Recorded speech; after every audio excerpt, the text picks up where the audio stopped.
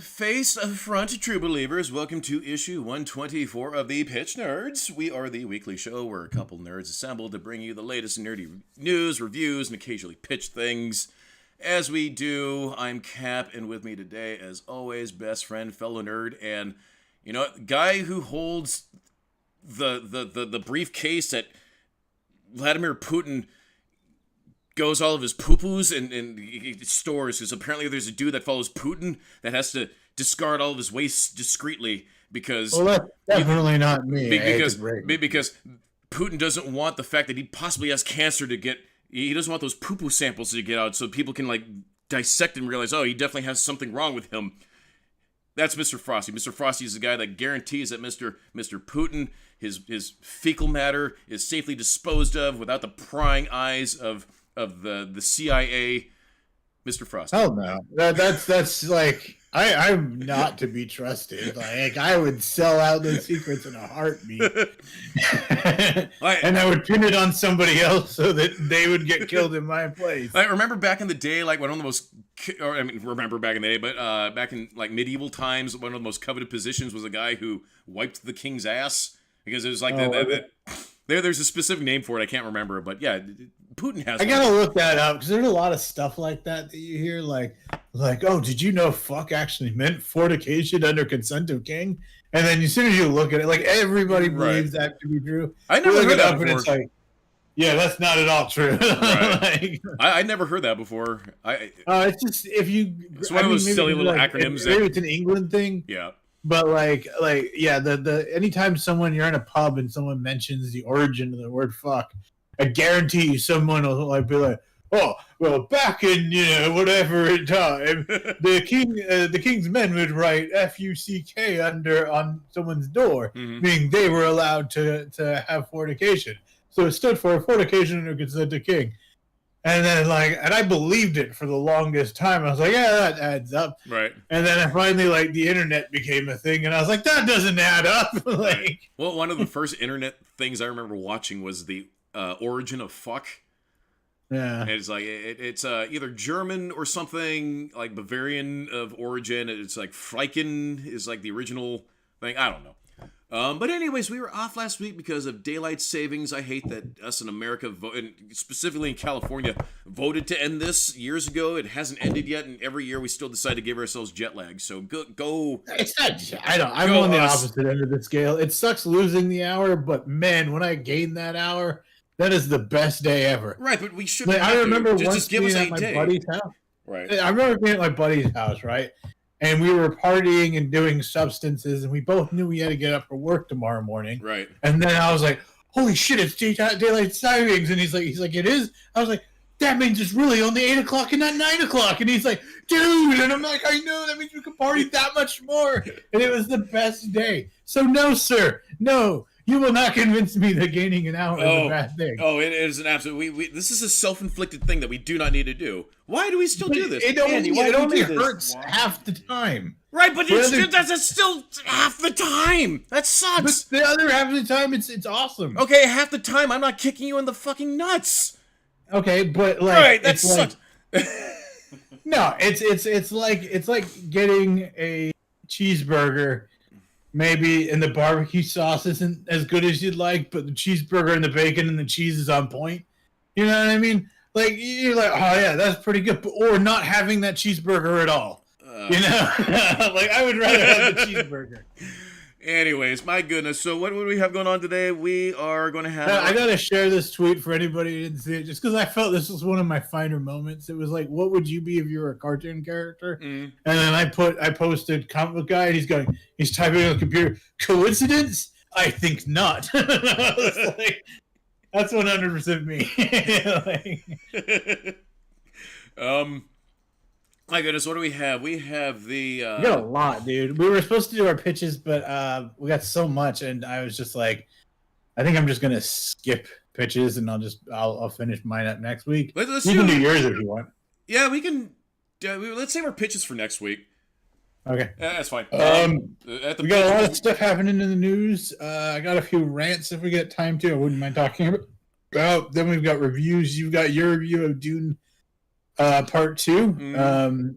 spoiler free. And then I got some spoiler free reviews myself. Damsel, Invincible episode 5. Cap has yet to see it. And then I found 2 Netflix gems I want to talk about: The Brother Sun and Blue Eye Samurai. And then we also had the Crow trailer, the X-Men '97 trailer, and the clip of the one scene, which I think you saw and you liked. Yep. On top of that, we've got in Battle Nerds, we've got Battlecat versus Thanos. Then we've got Behold Nerds, which is going to be Kung Pao Enter the Fist. Had a lot of fun revisiting that movie. I have some words for that movie.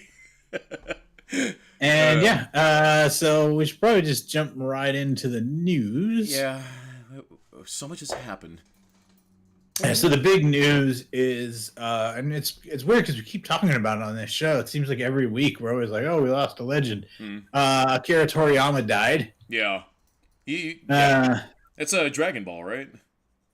Yeah, Dragon Ball. Yeah. So yeah, he passed away at 68. See, how is it the guy that created Dragon Ball dies at 68, and the 87-year-old who survives off Diet Coke and fish fillets is still kicking? How? Preservatives and cheeseburgers. How is it because of the synthetic properties of said fish fillet, or if just sort of like become part of their body? I think it's because he's a legend, and legends they tend to die young. But at the same time, Toriyama's never gonna die as long as like Dragon Ball is gonna go on forever. Right. But it's sad. I mean, like, because there are very few people that put their stamp on nerd culture to that level. I mean, right. How what was your first Dragon Ball experience? Like everybody has. So my first Dragon Ball experience was with this goober over here, Mr. Noble. Years ago, he came over. I think it was either a Saturday. It was just a weekend, and it was on, and he was like, "Oh my God, you have to watch this." And I watched this, and there was a lot of standing around, and there wasn't a whole lot going on. Like, I don't like this. This is boring. And that was it. That was my introduction to Dragon Ball. I didn't see anything epic until like years later, really, when. I think all anime, well, not all, but a lot of anime suffers from that because they're catching up to the manga. Right. But this is my first introduction. This is younger me introduced to like that sort of thing at the time, and when I saw it, I was confused. Like, what is? Mine was much more epic. Right. I used to go to a place in the middle of London because this is like way back in the '90s, like when like the internet wasn't really. I mean, it was there, but it wasn't. You know, you couldn't like watch Dragon Ball online. Right. And so there was this anime thing that you would go to in London. It was like this like string of apartments that were empty, and I guess whoever rented them, like they put movie screens in, and you could go and sit, and they had like as you showed up, you'd pay like a fee to get in, and then you could just go to the different apartments, and then they had a schedule, and it would be like at this time we're showing this movie, this time we're showing this movie. So we would pay, and we just watch movies there all day. And the first time I ever went, I went into a room, and they had a Dragon Ball Garlic Junior Saga movie. And I just remember I'm watching it, and like Piccolo's talking, and then these 3 dudes show up, and then it's just the most insane action in an animated series I've ever seen. Like my jaw dropped. And then it was just a 2-hour like slugfest, and it was awesome. I did not get any of that. And even the following week, I returned to it. I revisited it, and I was watching it, and nothing happened. So sadly, where I was exposed to it, it was in the Nothing Happened episodes. So, well, I would have made you watch a movie. I don't know why you would start with an episode. Well, because it was, hey, we're kids at somebody's house on a Saturday. Let's turn on the Saturday morning. No, I understand. I'm just saying, like, there's this thing. But yeah. If I was going to introduce someone to this show, and I understand the limitations of the technology at the time, right? But plopping on a random episode, yeah, there's a good chance. Unless you're watching, like, I think it was called Kai, where they reduced it. Unless you're watching that, then the movies are better because there's no standing around. Right. I mean, because they've only got an hour and a half. Yeah, they got to wrap it. Get going. But I mean, regardless of it's it and a lot of anime just having to like use filler to catch up so the manga can catch up. Right. I mean, yeah, there's very few things out there that surpass their kind of cultural impact as Goku as a character. I mean, if you go, oh man, everyone knows what you're doing, Right. Everybody. And I don't think I mean, I don't know many men who are like, at least like me, like nerds and stuff, that don't really want to, or maybe haven't secretly tried to go Super Saiyan at least once or twice in their life. You think if you just get mad enough, right? Yeah, my beard will go blonde and spiky. Right. Awesome golden plumage. Yeah, but so it's not going to end though. I think he's got a son or whatever, and he's picking up the torch, and so there's going to be more of it. But it's just crazy to think that we lost him. I mean, I think Goku. I know everyone compares him to Superman because of their power sets, but he is as big of a cultural milestone, just more recent as Superman is. Yeah. I mean, I've never disliked Dragon Ball. I just never got into it. So I did try to get into it when Barris showed up. I fucking love Barris. He's cool. From Dragon Ball, Barris. Yeah. Barris. Yeah. Because he travels around and he wants to eat. I'm here. I'm going to annihilate all of you. I'm going to enjoy this delicious meal, and I'm going to destroy you with my pinky. He's cool. The thing is though, like at least as a Westerner. We had like, X-Men, the cartoon, right? Batman. We had the Spider-Man one. That was our finest stuff, and a lot of that was like, oh well, we can't show fighting, and like, do you remember Spider-Man? He wasn't allowed to punch anybody, so it was a lot of just grappling, right? And a lot of judo. Yeah, and then and then you watch, and then that's what I was used to. And then all of a sudden I sit down and it's like, and I'm just like, holy crap, like, what? Why don't we have this? Right. I mean, I guess that's cool that we don't have anything like that, because that's what makes it stand out, because you don't get the like you do now, like it's bled over into our side, right? But now that I understand animation better, right? I can I go, oh, they're doing a nested animation. They're just having them do the same thing again. Right. Like, faster. At first, I thought it was so cool the way they were moving faster. We could see. Right. And now I'm like, oh, they just don't want to spend the animation, like. But we were talking about this 1,000 times in the past. Is working within the limitations, right? Like the limitations are what make the best product. I mean, certainly it's when you have to adapt, restrictions. Limitations are the birthplace of creativity, right? So I mean, I agree with that. But no, I mean, it was incredible at the time.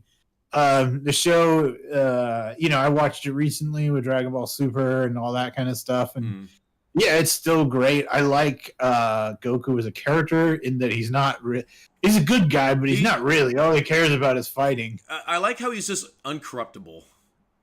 Yeah, but he's not necessarily good though. Like the thing that he cares about most, it was a translation error. When he first goes Super Saiyan in the Western version, and he's like, I am the light, I am the good, and I am against evil.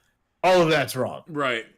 Goku is none of those things. Right. Goku's like, I want to fight. Right. Yeah, and that's why I admire his character. Also, he's never kissed his wife, despite having 2 kids. Oh. Yeah. I don't know how that happened. Like, he doesn't fully get sex or any of that. Like so.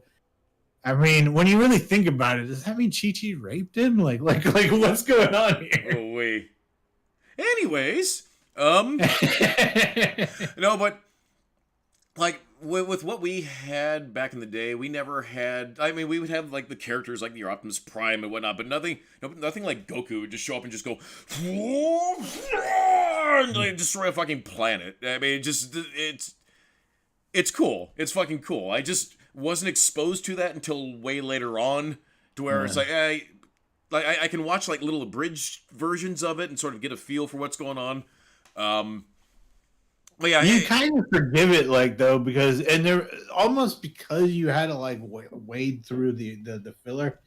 Like, yeah, you just kind of were like, it was that much more hyped when Goku would finally show up and kick some ass. right. Like, you know what I mean? Like it was because they made you wait for it, and you're waiting for like that delicious steak. Mm-hmm. You know, no, wait a little bit longer, and you're like, hold. And finally, it's here, and you're just like, oh my god, this is the best steak ever. Yeah, that's this guy right now with Final Fantasy VII, the part 2. He has it, but he's savoring it. He doesn't want to jump into it yet. He just wants to smell the package, just stew in the juice a little bit before cracking into it. But anyway, here, let me show one of the bangles. So speaking of which, long time ago, I cosplayed as Cloud Strife, and Mr. Noble cosplayed as Zack. What's his last name? Lockhart? Zack? I don't know. So, but anyways, here's our gauntlets that we made. I remember seeing them. Yeah. So they hurt. They do. Like these things. The background. There we go. So, I would have put something on the inside of some kind. Yeah, I mean, Don't put your dick in that. You're right.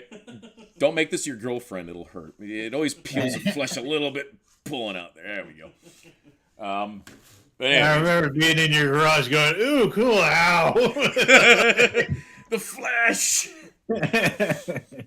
Anyways, what other nerdy stuff we got? Okay, so we had big updates as to Disney. They're making some big changes to the MCU. Yes. The biggest is they're basically moving away from what they call like high risk ones, like Eternals 2, Captain Eternals, Marvel 4, Ant-Man 4, Ant-Man Captain 4, Marvel 3 are the yeah. 3 listed. Right. Now just to clarify, because people are misquoting it, they were not canceled. They were possible projects that never got off the ground, essentially. Right. So they've also a lot of their content from Disney Plus, like the shows, is also being ditched. Like this is kind of up in the air, but Eternals 2, they're gonna take that stuff and fold it into Captain America 4. Okay. What If and Marvel Zombies. Okay. And then other things being cut are A-Force, Armor Wars, some of the special presentations we had, like Werewolf by Night. Yeah. Like obviously that one already exists, but so they were gonna do Silver Surfer, like an Agatha show, Ghost Rider, Vision Quest, which is gonna be about White Vision. There's gonna be a Wiccan show, as well as Young Avengers. Now, pause there. Could you see how it seems like a little bit of too much, guys? Like too much content, way too much. Do we really need what was the last one? The kid was named Wiccan? Yeah. A Wiccan show, that'll bring the masses. Let's spend $57 million on a Wiccan show, Andy. I would watch it. Right, but you would watch it, but I don't care. Andy doesn't care. Who's Wiccan?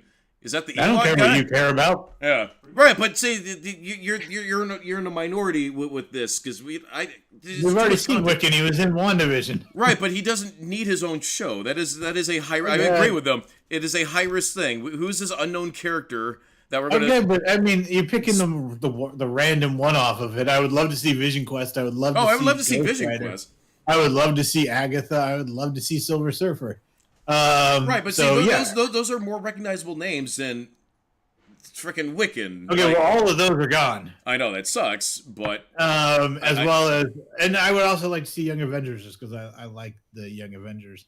But yeah, I don't know. It's a bummer. And I wouldn't be off against the Wiccan. And the thing is, like, I get that it didn't work, but I think what they've been doing recently is they're trying other avenues.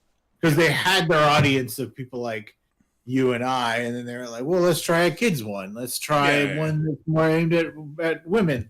And they're trying, and Wiccan, I think, is probably an attempt to pull in a younger audience. Yeah. But I mean, I would watch it. I mean, but, I assume that they would bring him in to tie into the Young Avengers because you have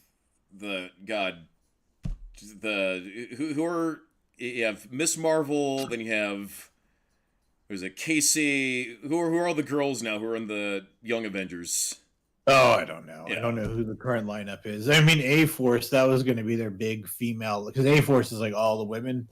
That was going to be their big female-led show, and that got canned. They were going to take all of their female superheroes and put them together.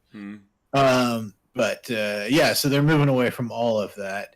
But like I said, a lot of it isn't necessarily getting cut. They're taking those. It's kind of like when you're playing D&D and you wrote some cool thing, and then the players decide not to go there. You just put that on the shelf, and then as soon as you they're find like, a way to rope it. Yeah, back they're in like, somewhere. we're heading into a dungeon. You're like, perfect, I got one. You know, So like, I'm actually that's been happening a lot with Quantum lately with writing that, where I have stuff made already that are just sort of like almost like stem cells, like sci-fi stem cells that have a thing that I can take. And I think all writers do that. You write stuff, and you're not exactly sure what you're going to do with it at the time, right? but you put it in elsewhere, especially if it doesn't work. Like I said, I mean, I think Eternals 2, there was some stuff in the Eternals which was interesting. So yeah, I folded into something else. Like I think they are going to address the big hand coming out of the ocean and everything. Right. And the Celestials, I mean, they're an interesting group of people. Obviously, they're changed a little bit. And I think we talked about it before. Say what you want about Eternals, but it's one of my favorite depictions of super speed. I just thought they nailed it. So I liked Eternals the first time I saw it, but then the second time it sort of fizzled a little bit. I did enjoy the movie. It's a slow burn. It was a different kind of Marvel movie, but it was their first DC movie, right? So it's like, all right, I love the Bollywood scene. I thought that was great. Yeah, to me, like I said, it was standalone. Like, because everybody does super speed, they do everything's moving in slow motion, right? And they said no, we're gonna do our own thing, and it was badass. Like when she hits the guy in the mountain, then she's like, doof, doof, doof, doof, doof, doof, yep. Like from a million. I was like, that is so cool, right? It's like Dragon Ball. And anytime they break the mold like that, I appreciate it. Right. But yeah, it sounds like people are generally okay about them condensing things. I mean, I don't know. Give me as much as you can, in my opinion. Just make it good. And I think that's the issue. I've often said people are like, "Oh, superhero fatigue." Every time there's a solid superhero film, though, everybody loves it. Yeah, everybody loves it. So I think it's just like bad superhero fatigue. Yeah, that's fair. I agree. See what else? Oh, Alex Garland said. Oh, this is have you seen the trailer for Civil War yet? No, not yet. Not superhero Civil War. It's Civil War. It's a movie coming. So out. I saw the thumbnail. Haven't watched it yet. It's an interesting trailer. But Alex Garland, he was talking about it.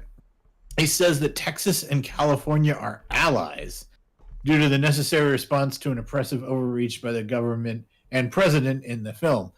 That seems an odd, yeah. Okay. That's like the two enemies being like, we have to put aside our differences and face down the bigger thing.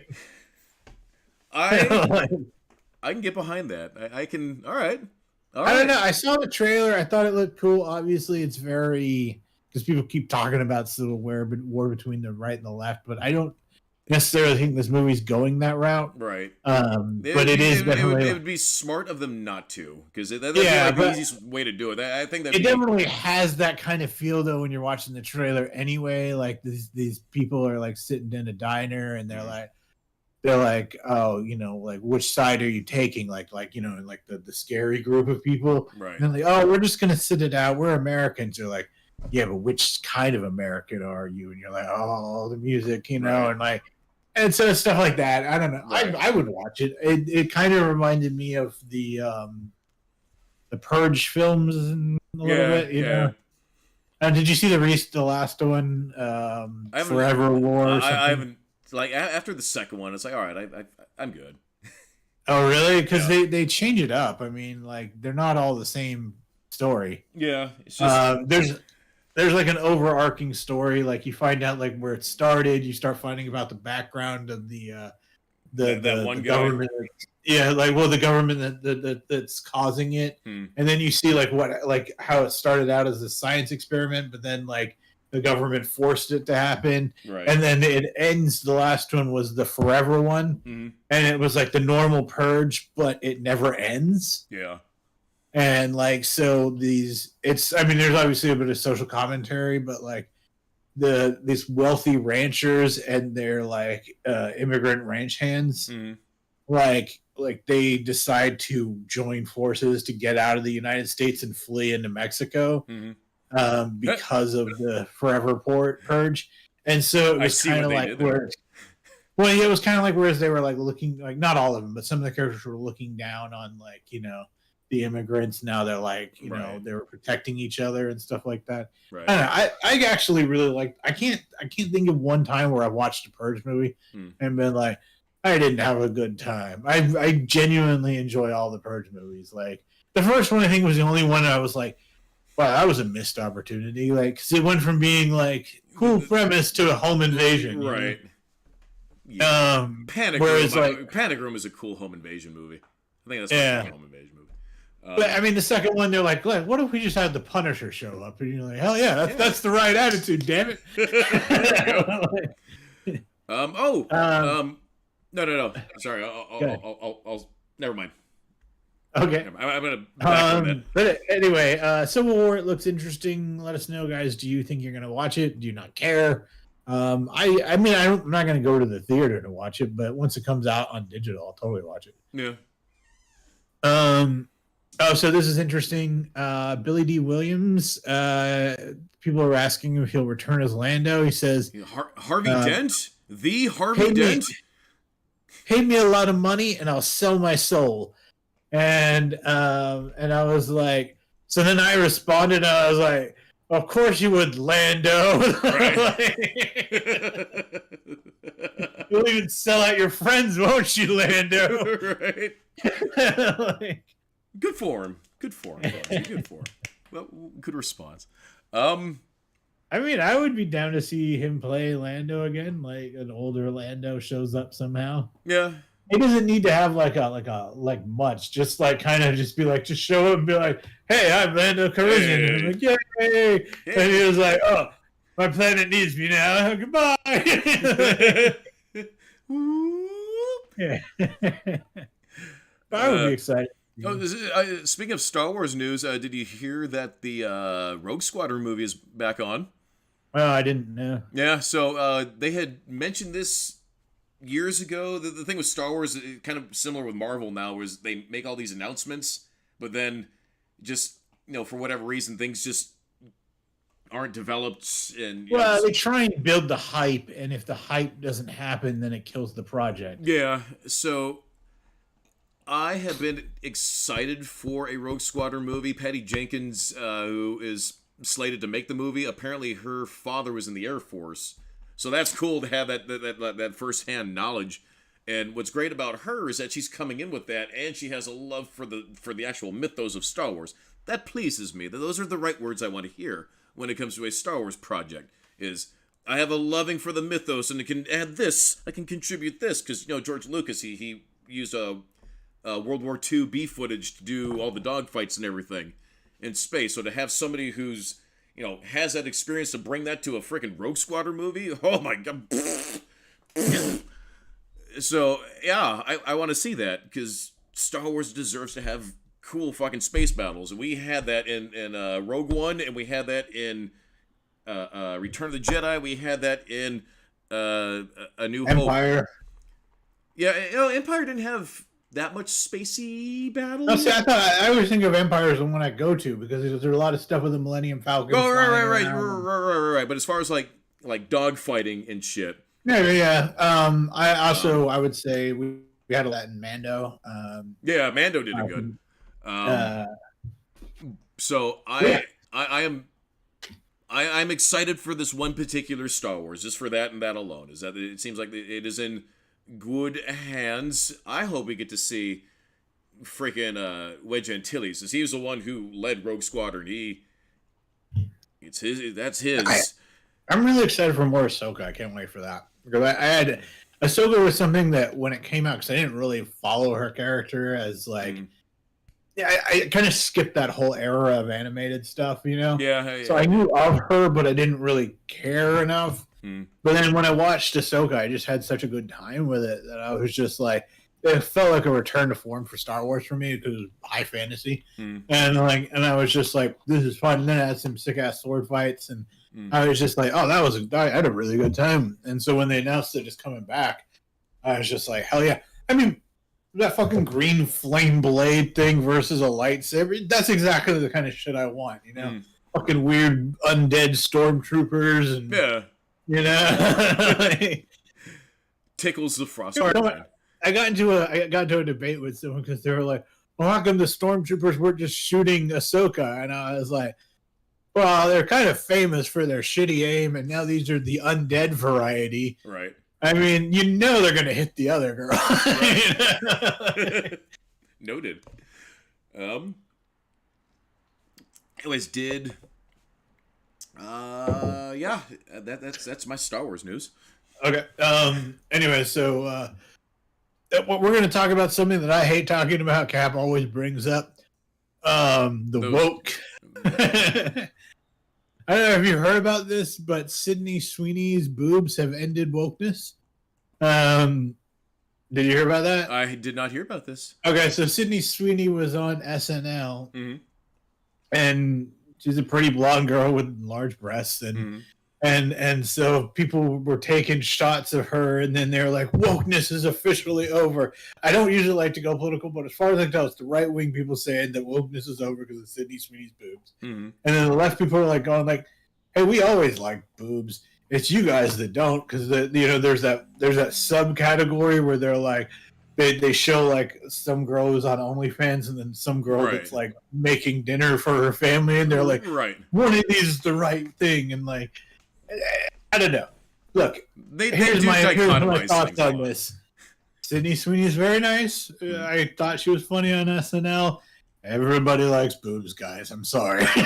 Like, even the people that are upset about the boobs and they say that this is the right way to be, they still like boobs. Right. Boobs, boobs are a universal unifier. They really are. Yeah. They try. But it's just funny how this like blew up. Like all my news feeds were talking about it, and like I'm like, really, I don't even really know Sydney Sweeney like that well as an actress. Like, I just know she's a pretty blonde that was on SNL. Really. I mean, are you familiar with any of her work? Not really. I watch SNL for the cold open and the weekend update. Everything else in SNL is sort of. Oh, she was this week's host or whatever, and she's kind of blowing up on a lot of stuff. She's really popular at the moment. I'm gonna see if I can find her. Sweeney. It's funny how both me and you're like, who? She was from the series The White Lotus. Looks like a bunch of stuff that we probably don't watch. Oh. Are her boobs available for view online? I don't know, dude. Like, I mean, she's busty and she wears stuff that shows them off. So I mean, yeah, good for her. You guys can find it. But see, that offends me because I don't have those, and why should she do something that I cannot do myself? I'm angry. I want to show off my big busty boobs, but I can't. Well, fortunately, though, wokeness is over. Sydney Sweeney solved it. Yay! Does this mean? So we never have to talk about it again. Does this mean Rey Palpatine is going back to her home planet, never to be seen again? I don't know, but I'm glad it's over. Yeah. Anyway. You know what I picture? That episode of The Simpsons from Camp Krusty, and they have the Krusty on the stick and it's on fire. It's like, burn, Krusty, burn, burn, Krusty, burn. Or the Walmart episode of South Park when they light Walmart. Oh Lord, Kumbaya. Yeah, to destroy a Walmart, you have to break a mirror in the back or something. Right. It creates a similarity, like implodes on itself. So J.K. Simmons is talking about, because he does the voice of Omni-Man. He was saying Tony the Tiger. He said he would never play Omni-Man in a live-action Invincible movie. Direct quote, I don't think Omni-Man should be played by a 69-year-old. Maybe there's a cameo for me as leader of the Viltrumites, but leader of the Viltrumites, unfortunately, he should only be played by Freddie Mercury, Who else is gonna play that role? Because I mean, he looks exactly like Freddie Mercury. Okay. I haven't seen the leader of the Viltrumites yet, so okay. Oh, you haven't? No, I haven't. Yeah, no. I think everybody that sees him goes Freddie Mercury. Like, that is in my head. yeah, you trust me. You didn't need me to put it there. Like, you would have been like, "Why is Freddie Mercury leading the Viltrumites?" Because he's fabulous. Let's see. But anyway, yeah, I mean, have him as a cameo, sure. I mean, Oh, yeah. I love J.K. Have them all as a cameo. Bring it, trot them all in as cameos. Just oh, there's Steve Yeun. Hey, Steve Yeun. Oh, he's standing right next to J.K. Simmons. Fucking love that guy. Hell yeah. He's too old to play Invincible, isn't he? Because Mark's only like Yeah. 18, like college age. Yeah.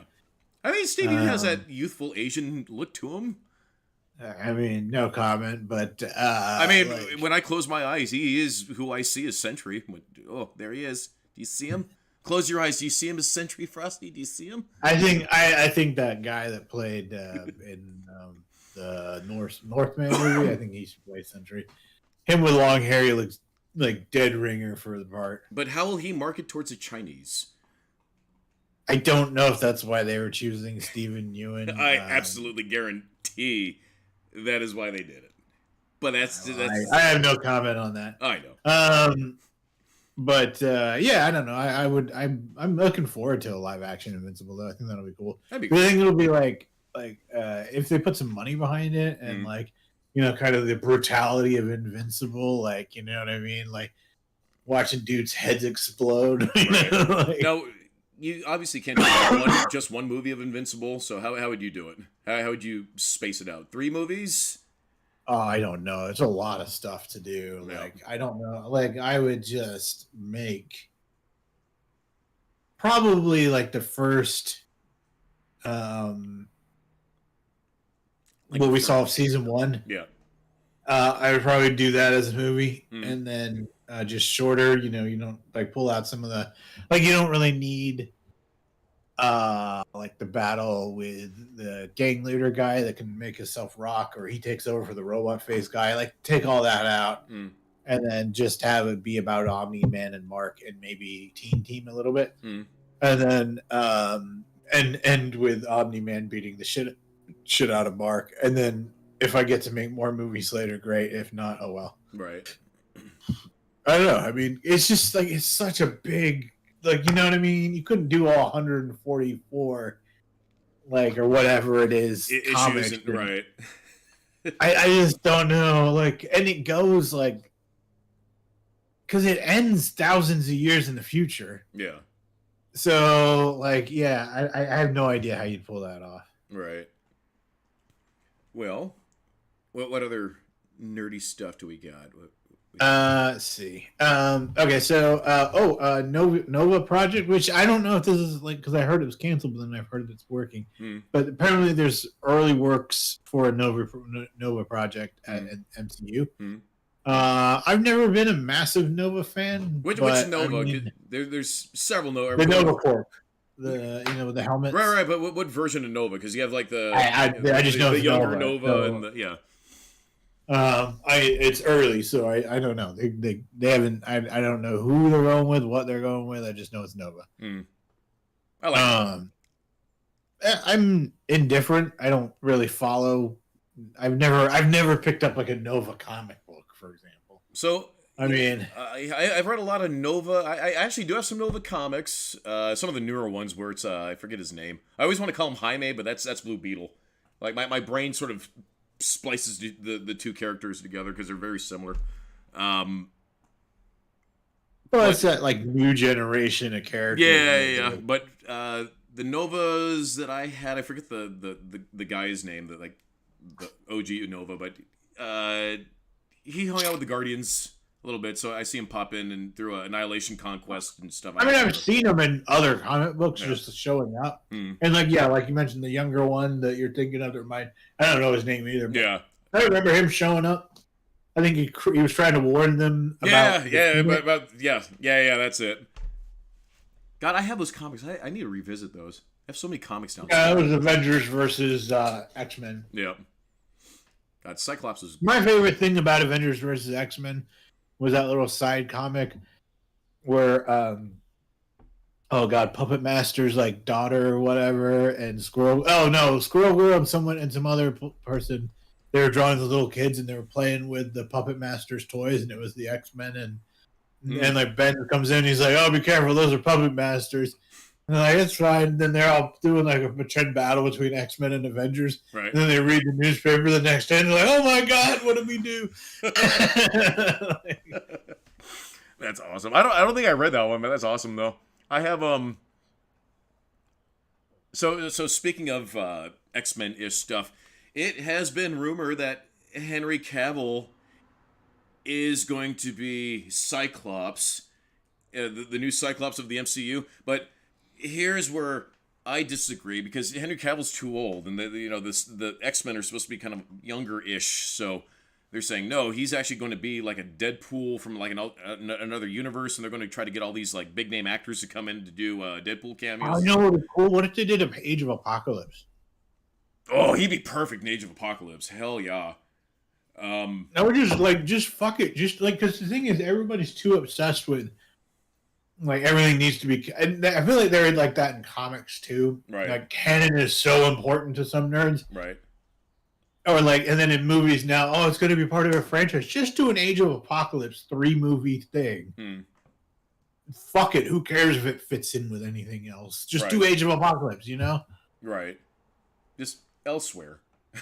Yeah, I want to see fucking Wolverine with his stump and right, and Cyclops with the one eye, right? And then I want to see fucking what's his name, Magneto fighting Apocalypse, and Apocalypse being like, "Why aren't you fighting back?" And he's like, "I'm concentrating," and then and he ripped him in half. I mean, so good. What was that one guy's name? Candyman, Sweet Tooth. He was that ugly dude. He kind of looked like Howard Stern-ish.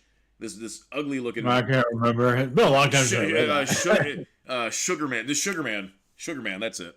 That ugly looking motherfucker. Anyways, great read. I haven't read that in so long. It's so good. Actually, it was fellow nerd Adrian that let me borrow his comics, and that's how I read it. Yeah, no, I remember reading it back in like middle school. I think that's how long ago it was. Because I remember coming to school and like I had a few comic book nerd friends, and they were like, "Oh my god, like Cyclops has one eye," and I'm like, "No way, he's an actual Cyclops." But that was like back when, like, we were actually nerds who were looked down upon by society for reading comic books at lunch. You know, like nerds today, they don't get it. You know. We had to hide our lunch money, damn it.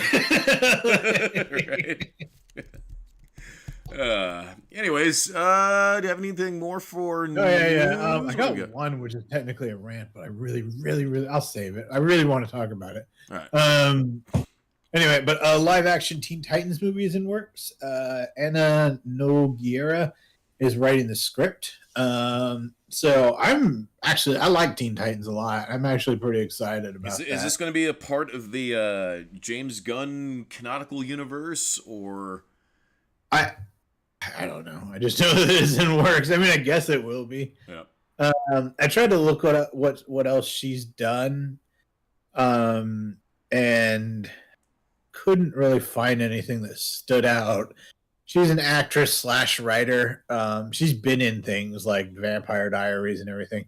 Couldn't really find any writing credits that stood out to me, so I don't really know much about her as a writer. But like I said, I mean, I would like a live action Teen Titans. I saw a lot of people talking about because they had that show and it was good. It was better than it should have been, but at the same time it dragged on, and so I stopped watching it. They're that, but like just done better. I think would be good. A lot of people are saying Starfire is going to be the hardest person to cast because people didn't like that version of Starfire very much. Yeah.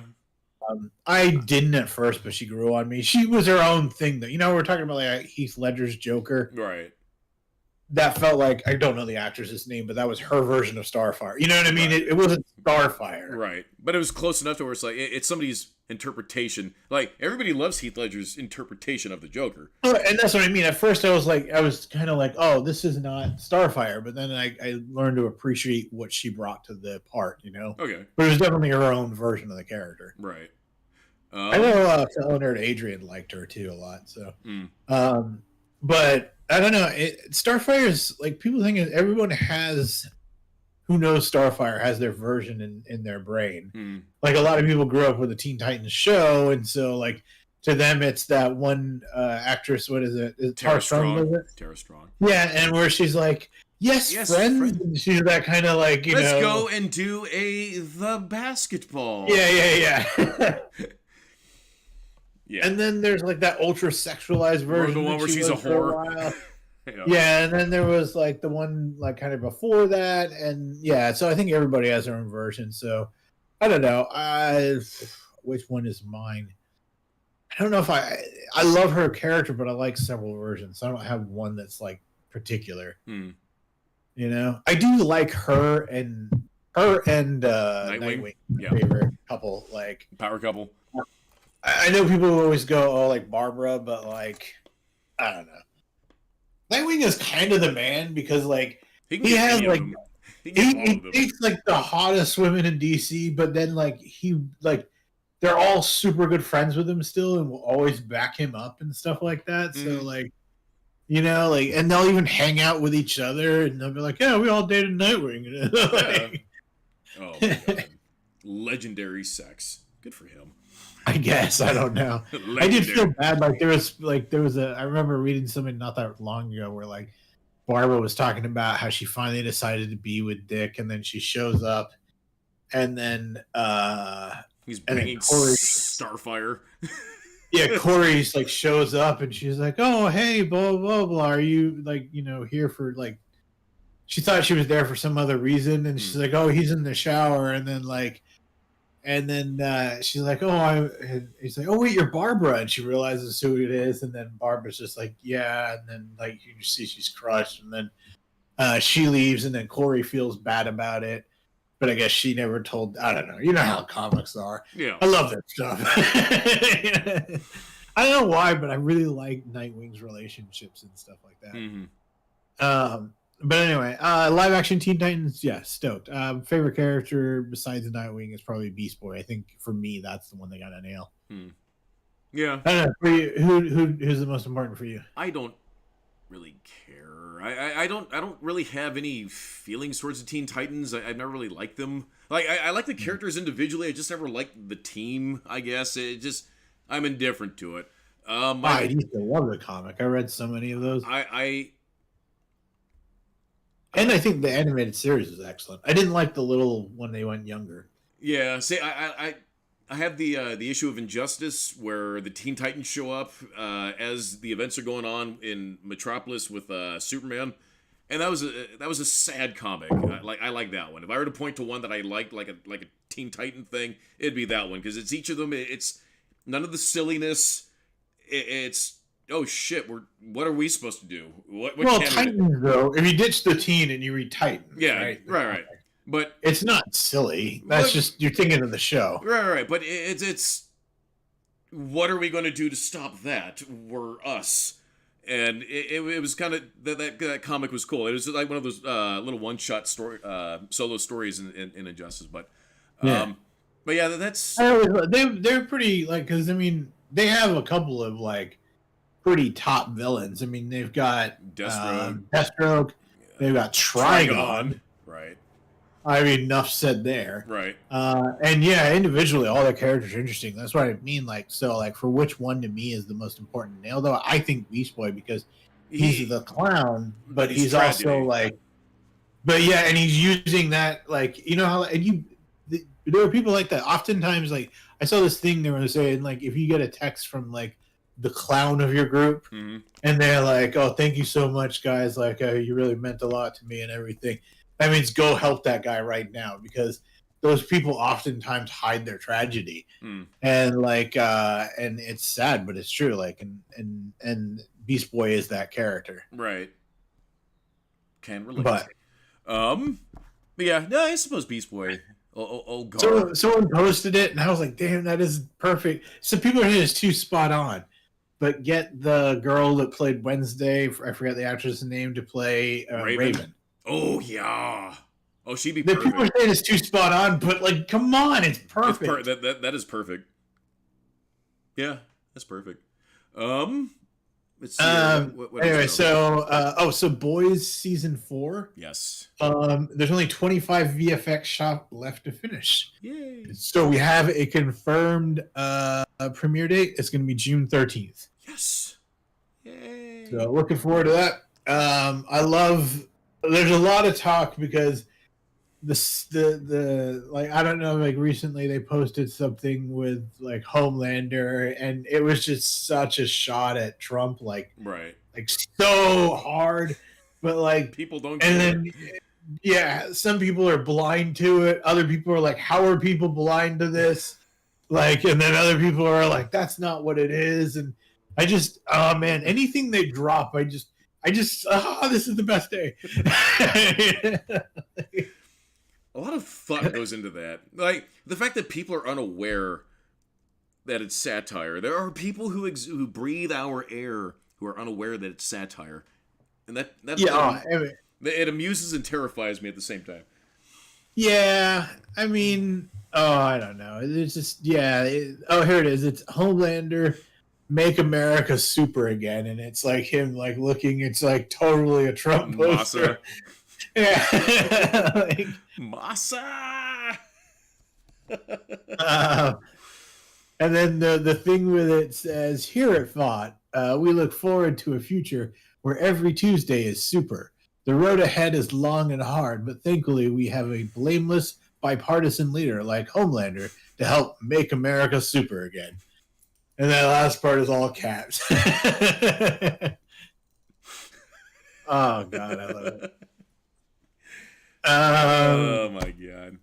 If you're not, I mean, look, if this, I don't want to upset anybody, like, based on your political leanings, but forget all that. If just enjoy it for what it is. Subscribe to their Twitter account. It is totally worth it. If you see any parallels, good.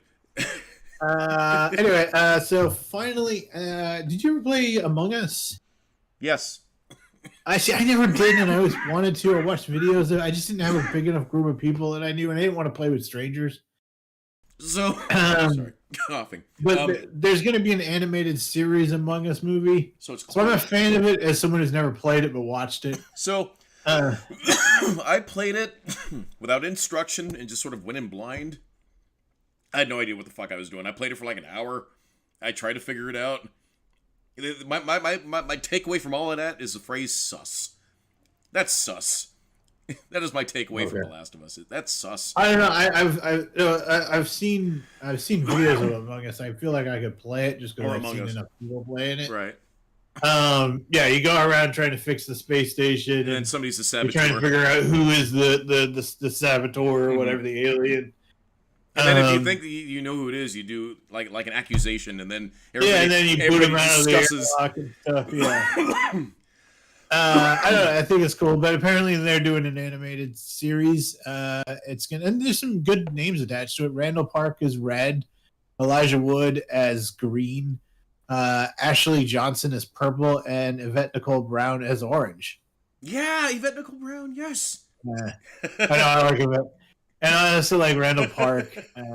So yeah, her scene in what is it? Infinity Endgame was perfect. That elevator scene where it's them, perfect. So her expressions with her eyes is how she just like. I liked it when she was. I liked her character on Community a lot as well. Yeah. Like, you know, I liked it when Chang's sitting next to her dressed as a drow. She's like, "We're not going to talk about this hate crime over here."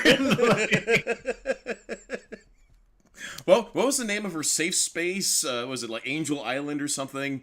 Oh yeah, during the floor's lava. And they had the dead board. Yeah.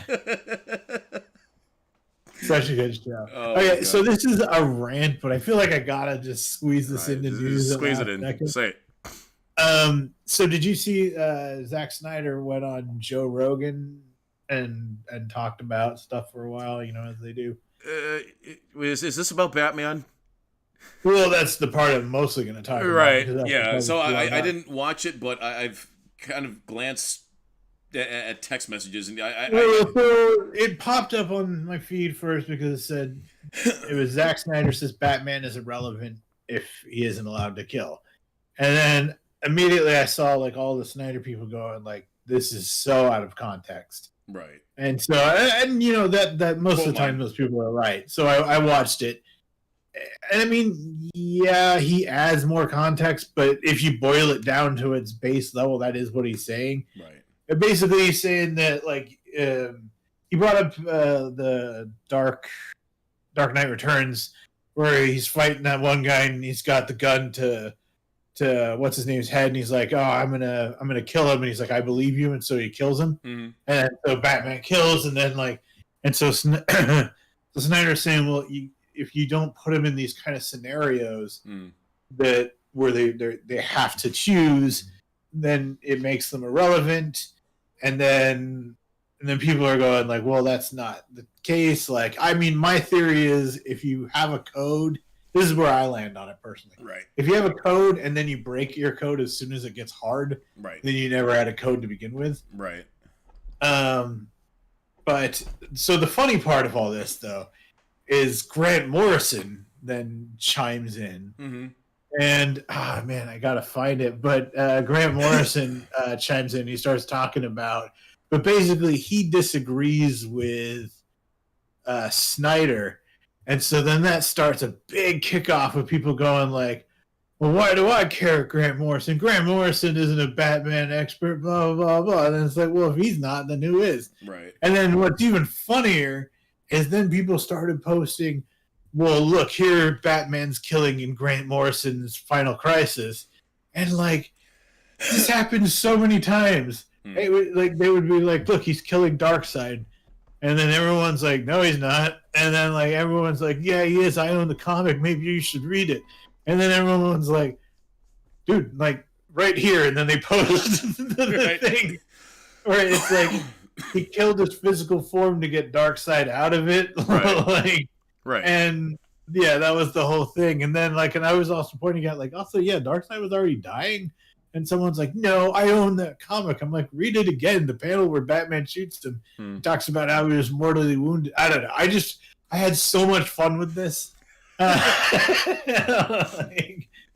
but where do you land, I guess, is right. Well, let me read Grant Morrison.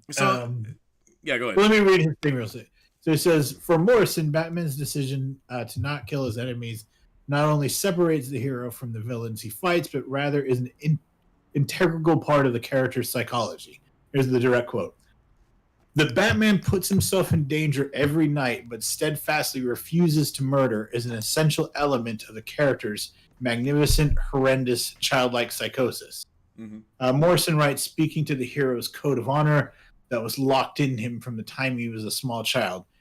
In a way, Bruce Wayne never really grew out of that childlike state, stuck forever as a little boy who lost his parents in Crime Alley. Morrison describes this as a fundamental to Batman's grandeur as a fictional adventure hero. Is it not that obvious? So here's my thought. So let's look at the Snyderverse. You have Superman who kills. You have a Batman who kills. That it feels tonally. It's always felt tonally off because of that. Because Superman should be able to transcend. We talked about this before, where here's Superman in this perilous situation that nobody could. How's he going to do everything all at once? Well, he's fucking Superman. That's what makes him Superman. He rises above that. The easy, snap the neck. That's the easy way out. It's so easy.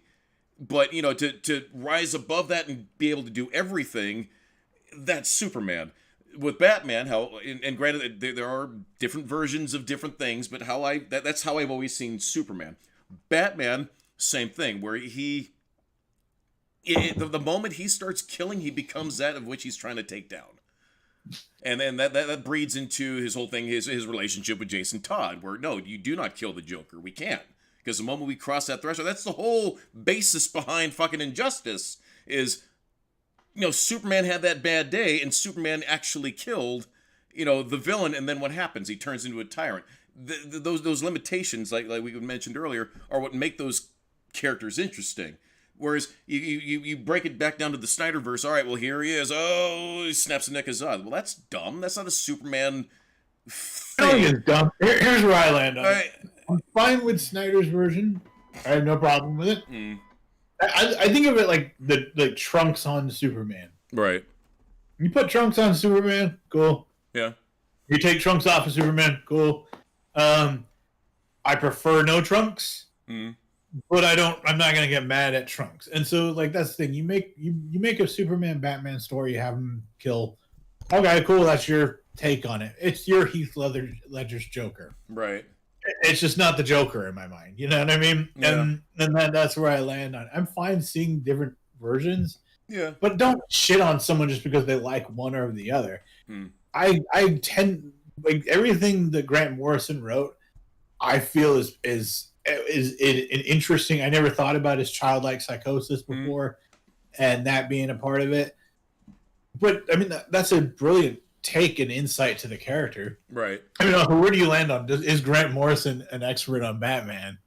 I mean, are any of us really experts on Batman? I mean, what Well, I version think of if anybody is, it's the guy who wrote. Right. He's a legendary writer, and he wrote some of the most influential Batman stories. No. I get it, but I agree with him, and I reiterate what I just said. When you allow these characters who are supposed to be gods among us, the moment you put them in a situation where the easy way out is just kill the bitch, that isn't fulfilling enough. That isn't a Superman feat. That's just it's. I don't know. But see, that's where the difference lies. Is there are people who are okay with that? That's fine. Well, That's fine. do you mind it, or do you are you like me, where you like both can exist? But Both are going to exist, but I'm always going to gravitate towards the hero. The hero isn't going to take the easy way out. That's my for those characters. I agree, but like also sometimes it's cool to see a character like Punisher. Well, right. So that's why I like Injustice, because we get to see evil Superman, but you're with him the whole time. You can kind of see where he's coming. You can sympathize with him. You can feel his pain throughout this entire downfall. So yeah, I context is king, I guess. But I got into an interesting conversation with fellow nerd Joe, and he was talking about like if you had Superman's powers, what would you do? Would you like overthrow the government and like all governments essentially, and be like, I am your ruler now? Because he argues that that's like the better way to do things, because then you can stop wars and everything. And I'm like, so he'd be you a do realize dictator. you're the villain, right? Right, you're a dictator. You just described yourself as a dictator. You're a Palpatine. That's what Palpatine did. And then he was like, no, but I could, more people would survive and all that. And I was like, yeah, but you're like every story where that happens, you're the bad guy. Right. And then he was like, well, okay, here's a question. Say we both had Superman powers, and I decided to go that route. Will you stop me? And that's a hard question, because I don't want to kill Joe. Right. But I don't know if I could let him become a dictator. Right. Oh, Joe. Joe, God, he'd be corrupted. Joe is such a pure of heart. I give him a week tops before we see Dark Joe. So I've thought about this before. Just like I thought, if I were to have the Death Note, like how would I use it? Especially with writing Quantum, it's like, God, if I had like my quantum powers in real life, like if Frosty had his quantum powers in real life, like how would they use them? I think about this shit when I'm coming up with this stuff. So, I mean, what my quantum character would do would take a look at everything in the world right now and just, all right, well, there's war front here, there's war fronts here, just from space, set up like a grid that sort of encircles the planet, and have that sort of scan everything on the planet, target all forms of munitions, and just boop, erase. All munitions are gone from space. No violence. Here's one. What if you woke up and you had Spider-Man's powers? What would you do? Because now you're not like gonna. You can't overthrow the world. Okay, all right. I'm gonna respond to this in enthusiastic onomatopoeia. Yeah. Whee! Whee! Wait, powers? Because the web slingers aren't included with his powers, so do I get the slingers? You're like some people say he had a natural knowledge to how to build them. Okay. All right, so Well, I have the suit. I have the suit with the web slinger. Okay, done. Whee! Whee! Oh, yeah. Here's what I would do. Because like it was the same person Joe was asking me what I would do. And he thought I was being selfish, and I was like, I don't think I am. Because I wouldn't go around like fighting supervillains. Well, I mean, maybe if there were supervillains, but I'm assuming I'm the only one. Right. Like the real world. Right. What I would probably do is take up some kind of professional sport, MMA, right, football, something, because I'm going to be the best there ever was at it. Wasn't that exactly what he tried to?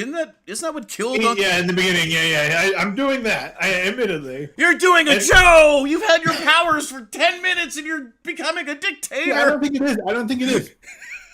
Because I'll become rich off of this, and then I'll use my fortune to fund social programs and help areas with like poverty and things like that. I can do more good by becoming a millionaire, billionaire, whatever, an influencer, than I ever would influential trying to punch people in the face. Yeah. And then sure. Yeah. I mean, we're not skipping that. Right, no, it's ow.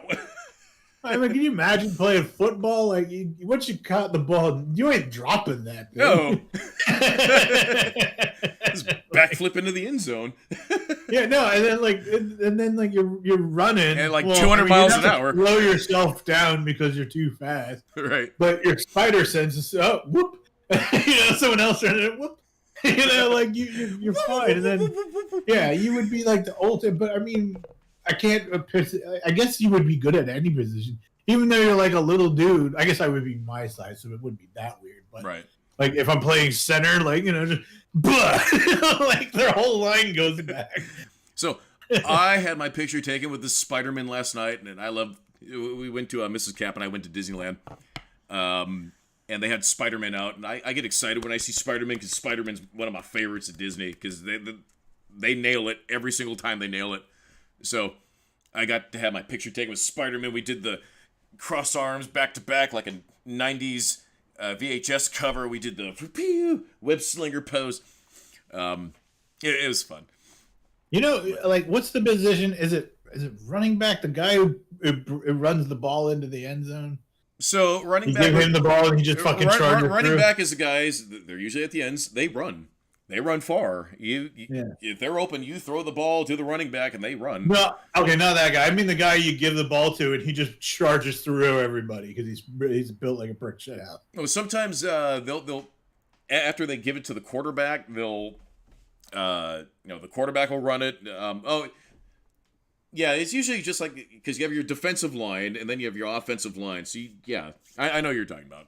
If Dan were here, yeah, they have guys who their whole job is just to like power through everybody. Right, and then there's guys who their whole job is just be 400-pound slabs of brisket. What I'm saying is though, that guy juggernaut. You give him the ball, right? Who the fuck is stopping him?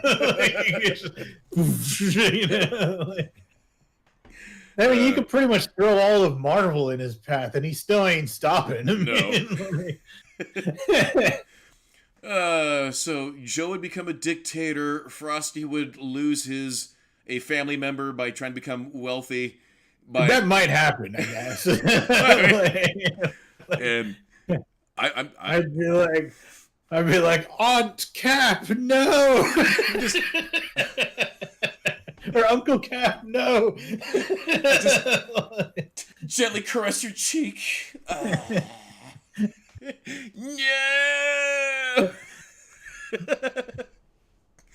Yeah. That'd be funny. Then I'm having to like tell Mrs. Cap like, I was there when he died. He was farting till the very end. Hey, let's we'll jump into I think old nerds. Really quick, I took up your recommendation. I watched a few episodes of Louder Milk. Oh my god, I love Louder Milk. That's a good show. Let's see. Well, can we do I need to go get more beverage. Yes. So can we do a quick 1 minute pause while I get beverage? We're going to do a 1 minute pause. We'll be right back.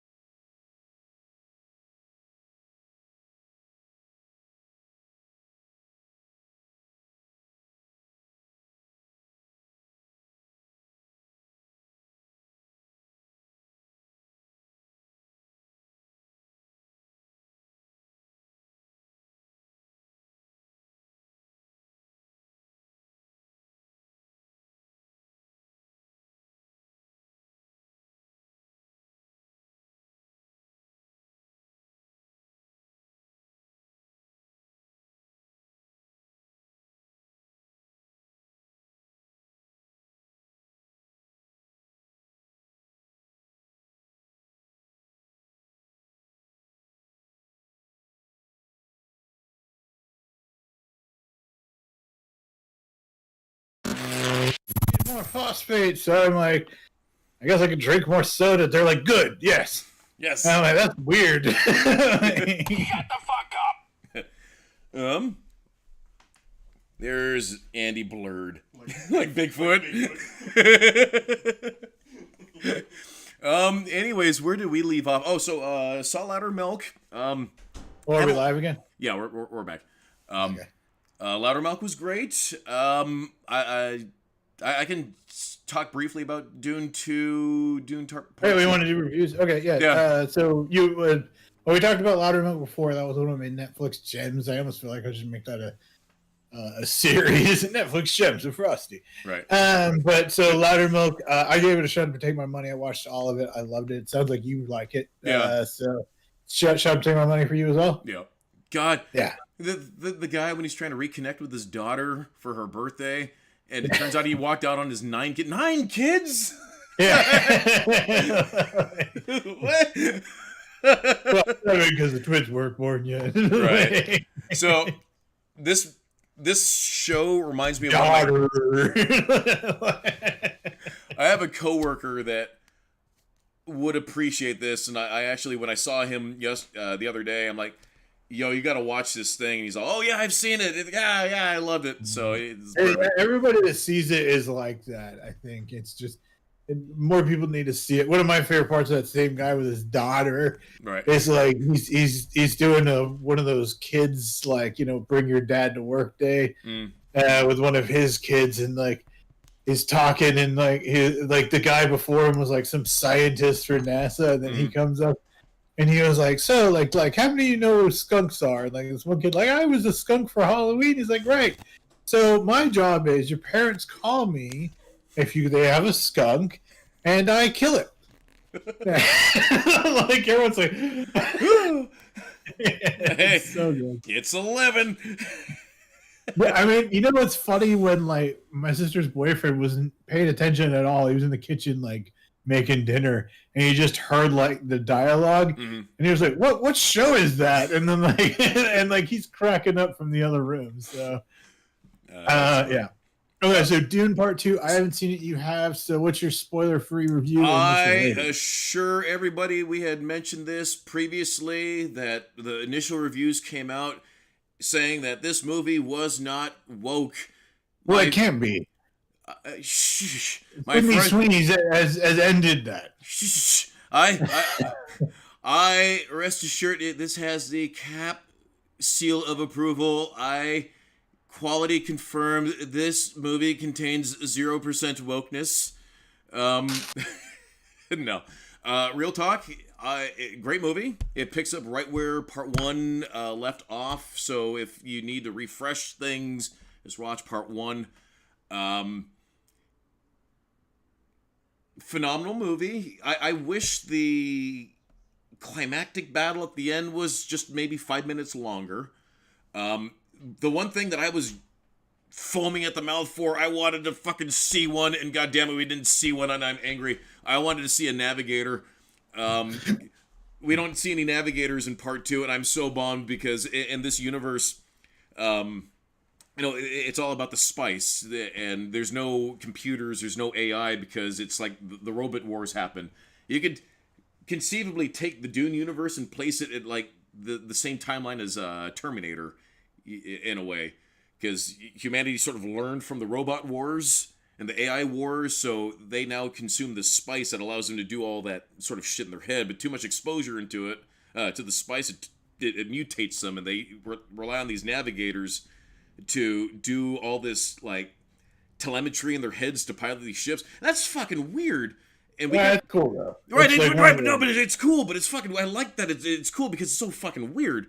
So, yeah. And it's like it reminds me of like some of the 40K stuff, like when you're like, like you realize like they don't know how to make any of their tech anymore, right?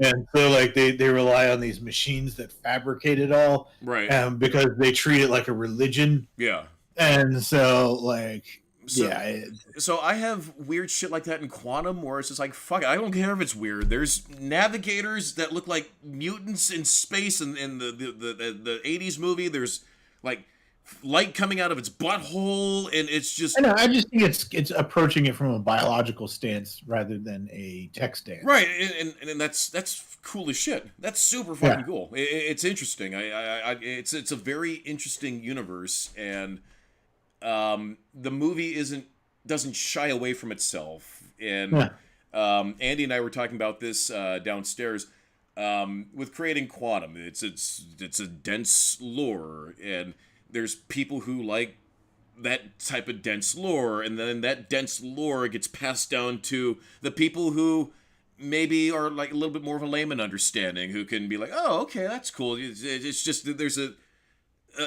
way of which nerd information is filtered down, and it starts at the people who are just the whores for just consuming all the lore. And fortunately, I do have Mrs. Cap's dad is a big Dune fan, so I'm able to sit down with him and ask him all the questions. And he's like, oh, blah blah blah blah blah, and blah blah blah. And then this dude becomes a worm, and then that's what I mean. I think with Quantum, you're nailing the lore. You got to figure out like your the execution, right? It's like in D&D that's lore heavy, but it's a game, right? Dune is a book, right? No, I'm actually talking with some people, and I do have a way forward. I was actually we'll talk offline about this, but I do have, but no, it's so I like that Dune is doing well in box office. It brought people to the movie. We saw it in IMAX. It's great. I wasn't. The universe doesn't shy away from itself, and nor should it. It doesn't talk. It doesn't need to explain itself and through prolonged narrative. This is how this universe works. If you have any questions, there's the internet. You can talk to a nerd friend. You know, why do the guy's eyes roll back in his head when he thinks? Oh, because he's like the computer guy. He's yeah. So just things can be explained, and it's cool that something so weird can generate conversation. I guess is like the big takeaway. It gets people. It's sort of like the bubblings of like nerd culture, where it's like, oh, well, tell me more about this. Oh, blah blah blah. Well, that sounds interesting. Yeah, I think anytime they do something well, though, they should do that. Like, I mean, I know it's not the same at all, but like, you look at the D&D movie. You know, my friend or my sister and her boyfriend saw that for the first time last night, and I was talking to her boyfriend. And he was like, "Yeah, I bet there's a lot of stuff in there if you know the game." And I was like, "Oh, dude, it's chock full. It's of all it. of it. Yeah, the entire movie. Yeah, but at the same time, it's enjoyable enough that anyone can kind of jump in. Right. I think that's what you got to nail with those things is you got to be able to. You want it to have it for the fans, but also the everybody. You have to pull off both. Because if you go too hard in one way or the other, you alienate someone. Right. I think that's what happened with the Warcraft movie, where it just kind of went too hard into itself. Remember the Warcraft movie? I don't know. It was all right. I enjoyed the Warcraft movie. Like, I think the story could have been stronger, but I still had a good time all the way through. God, I have not seen that movie in forever. It's on HBO at the moment. That'll be a good Behold Nerds at some point. We could do that. We could do that for today. I don't really. Well, we'll get to that later. Yeah. Okay. So, Shut Up and Take My Money. I'm guessing. Oh yeah. It's Shut Up and Take My Money, and what's great is that it wraps up the story. But it also leaves it up to where, okay, are we going to do another one? Because, you know, there's a lot more going on. But the thing with Dune is that there's long time jumps. So I don't know how they're going to do that, where you have these young actors locked into these contracts. Well, we want them to look young and, you know, they're marketable for a long time. So, especially with, I don't know. But that sounds cool. Like, we'll do a full review once I see it. I'm going to have to wait for the digital edition probably. But, I plan to make a day of it, watch part 1 and part 2 back to back. Yeah. I just think that would be a fun way to watch it. All right, so Damsel dropped on Netflix. It got poor reviews. I saw the picture of it, and I was like, "That doesn't look very good." But then I was like, Rrr. "Yeah," and then, but I was like, because it just looked like a generic fantasy movie, you know, like that should have been its title. But then I actually sat down and watched it. Despite Cindy Sweeney's awesome boobage, the opening line, I would sure it would upset some people. Like, whoa, because it's like it starts the first line, and I said it before she even said it. She's like, "There are many tales of brave knights saving damsels in distress," and then I was like, "But this is not that story." And then she goes, "But this is not that story." And I was like, so I knew it was happening. And like like you could see what was happening from a mile away in this film without giving any spoilers. Right. But despite that, I honestly had a good time. Like no joke, sit down. Don't expect like gold, but like if you're just looking for a fun hour and a half, this movie's fun. It's got the chick from Stranger Things. Okay. I don't know how much to say because they sort of do, but anyway, it's kind of a survival movie about her set in a fantasy universe, and it was a good time. I enjoyed it. It was cliched and stuff, but you know when you kind of don't care, like just because you're just having a good time, you know, like right. It was that. So. I don't know. I feel hesitant to give it a shot and take my money, but honestly, I do because I would totally watch another one. So yeah, not bad. I would recommend checking it out. Okay. When I found all my. Oh, go ahead. Go ahead. Brother's Son. Holy shit! Watch this show. It's so fucking good. Okay. It's on Netflix. So good. It's about these pair of brothers. One of them is like a leader of a triad in like triad game. I think in what is it? Blanking where it's from.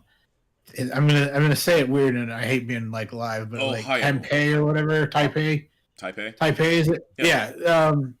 So yeah, over there, and then the other brother, his mom, Michelle, what's her name, Yao, the chick from Crouching Tiger, Hidden Dragon, and Everything Everywhere All at Once. She takes the younger son to America, and he has no idea about any of that. And because she realized that her children were going to be in danger and she could save one of them, so she saved him and brought him to America. But then someone starts taking out gang leaders and stuff like that. So the brother comes over and they kind of become brothers together. And it's got awesome martial arts.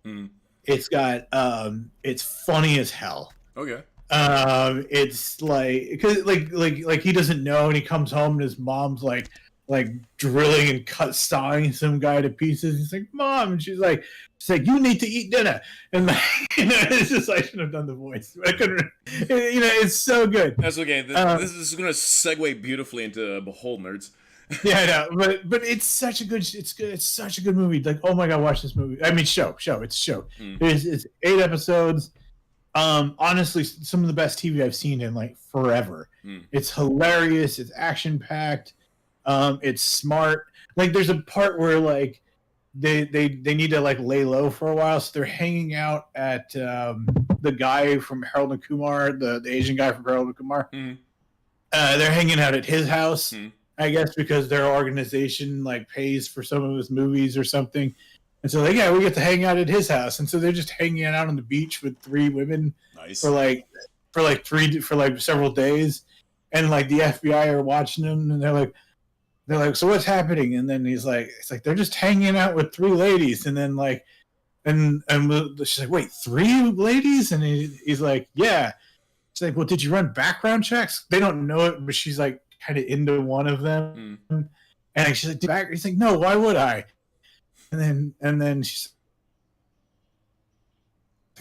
he's different ways, if that helps. And like, it's just still like that. It's just like, it's such a funny show. And like I said, the action, the very first scene, he's just making dinner, and like these guys show up, and there's this awesome fight. Like, they don't do speed ramping, like they use the stunt doubles. It's so good.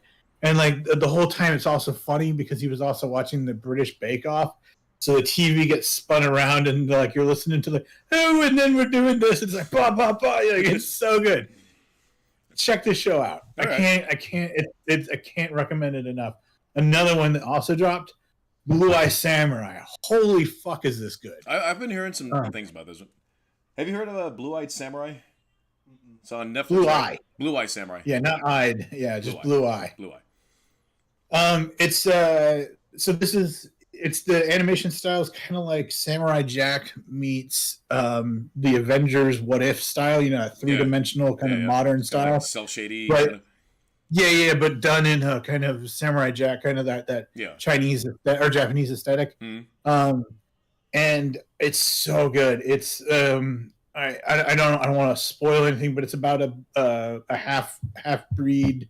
He's half white, half Japanese, and they were like, at the time in Japan, is seen as demons, and so the main character is like demonized by everybody around him. And as a little kid, hides out with this blacksmith. But then I guess there's only 4 white people living in Japan when he was born, and so he decides he's going to kill all 4 of them to get revenge for his existence.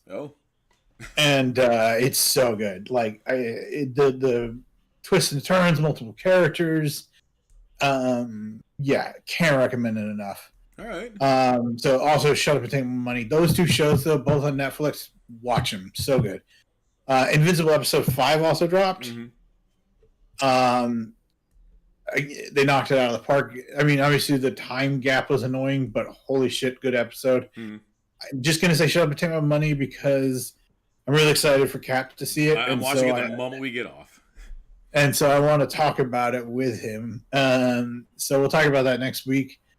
And then, did you see this? We had the Crow trailer. Did you watch it? So I didn't see the Crow trailer. I saw the movie poster for it, where it's a close up of Skarsgård's face with the makeup on it. Yeah, well, we actually got a trailer, so we got to see kind of like The tone. what's going on in the movie. Since you haven't seen it, it's hard to discuss, but I'll just say the trailer brought down my excitement for the movie. It started to look a little generic. Okay.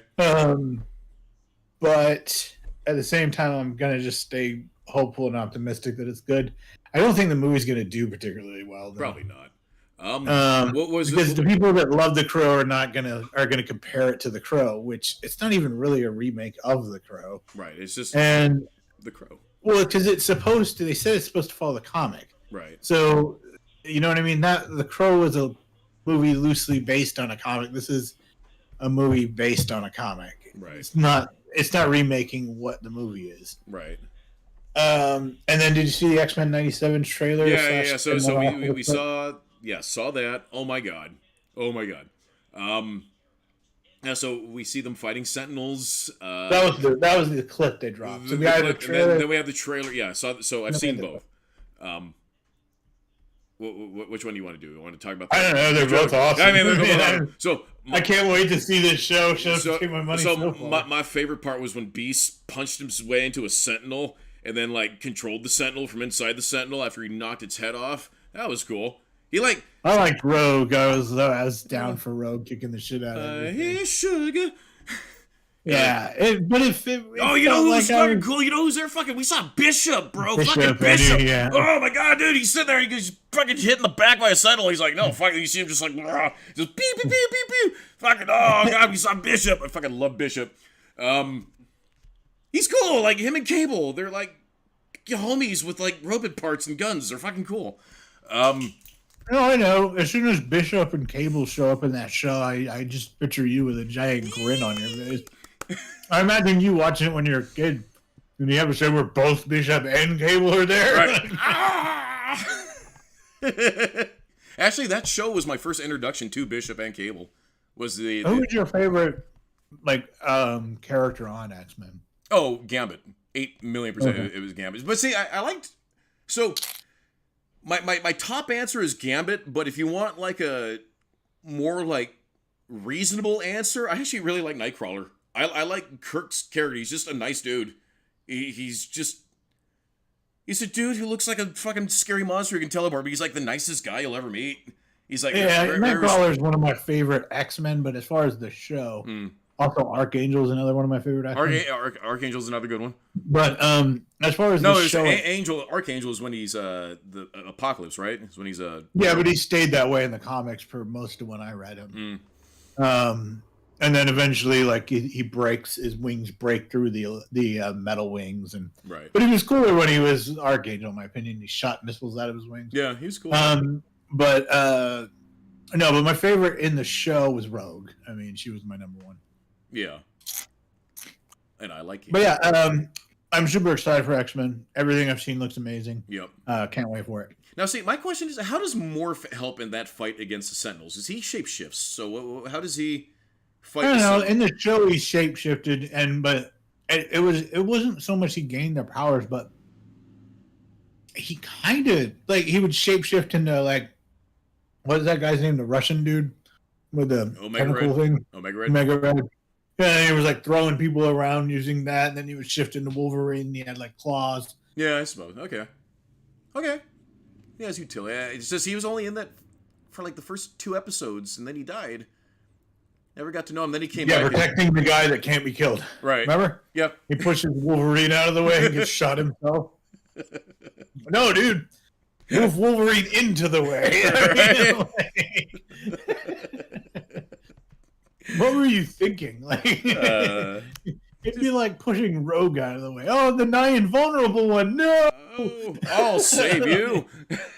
Yeah. That's something I'd do. It's the act of kindness, right? It's the gesture that counts. I do like that first episode when they were talking about also why they were breaking into somewhere. And then, like, Gambit's like, yeah, I can't wait to do it. And then Professor X is like, no, not you, Gambit. Why? You're the greatest thief ever. And yet you're just like, no. No. and then, but I did like when Morph, like changes his head to look like Gambit. And he's like, "Don't worry, I'll go in like this if it makes you feel any better." And like, See, that's what made the X-Men cool, is that there was that camaraderie, there's that banter. Like they're always pissed off at each other in the show. I mean, like we talked about this. Cyclops is a dick, but I don't know why. I just love his character. There's no reason for me to like his character. He's just a dick, but it's like, it's cool. It's not that he's a dick. He's Captain Buzzkill, you know? Yeah. Like, no, he's a dick. He's 800% a dick, but he's Captain Buzzkill. All right, guys. He's the guy that would be the hall monitor, you know? Like, right. It's just the narc. Yeah. I'm not gonna tell the professor. Fucking Scott. Well, let's take a break from reviews, but we'll jump into Battle Nerds. Oh yeah, shit, Battle Nerds. Yes. You announced it. I need to get some stuff ready. Here. Okay, Battle Nerds is our weekly competition. We take 100 iconic characters, put them on a list, and then we random roll to see who we get. So battles can be hilariously off balance. Yes. Like we've had like things like Godzilla versus Slash is the one we always talk about. Last week we had Airbud still should have beaten fucking Godzilla. Okay, Airbud versus Godzilla was another one, but yeah. So Arya Stark took on Spock, and Spock basically just like, pew, and then she, and then it was over. Arya Stark, first-time fighter, is no longer on the list. Yeah. Spock goes on. It sucks that she didn't come in earlier on. I would have liked to see her fight one of the Ninja Turtles. That would have been fun. Yeah. Well, anyway, so Spock is now tied for first place. Mrs. Spock is going to take the win for all of it. They both have 5 wins. Then in second place is the Terminator T800 Series Model 101. And my hope for the win of the thing, Captain America. Then third place, we got Indiana Jones, Dredd, Thanos, who's fighting today, Pikachu, Ron Swanson, Iron Man, and Han Solo and Zatanna. I forgot. So today we are doing. I forgot Ron Swanson was still on there.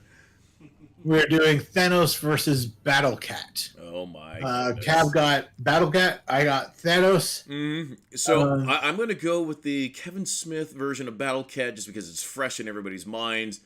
The one from Revelations. That will be my champion. What version of Thanos are you going? Well, we're just going to go typical comic Thanos, but just comic Thanos. I mean, I kind of want to scale him down closer to your level. I mean that's the thing. So Cringer, when juiced up becomes the mighty Battle Cat. Superhuman. Strength, stamina, agility. Has his powerful claws and teeth. Well, from my understanding, he's essentially He-Man, right? But in cat form, in tiger form, yeah. Right. So versus the Mad Titan. My goodness gracious, what version? You're just going. Yeah, I mean the comic is the one I know best, so I'm just gonna go with like when you think of comic book Thanos. Right. So I'm gonna shoot you with a ray, and then you're dead.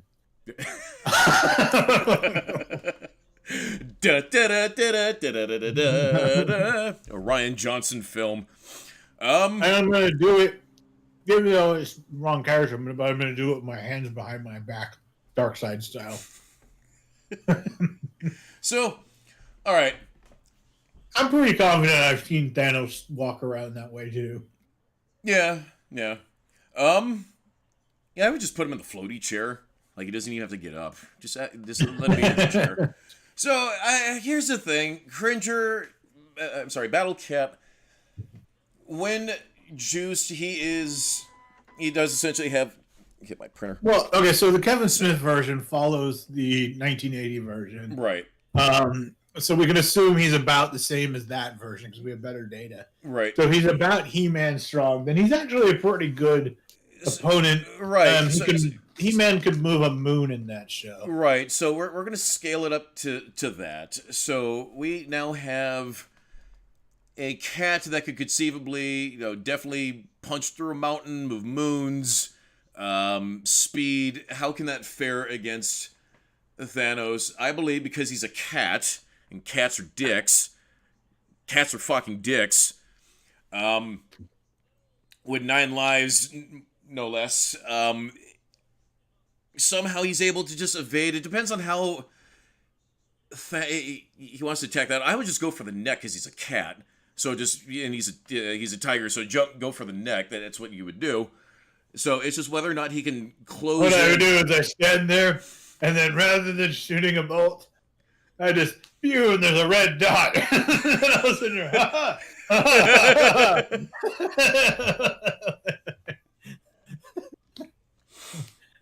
do that for a while, and then it just gets tired.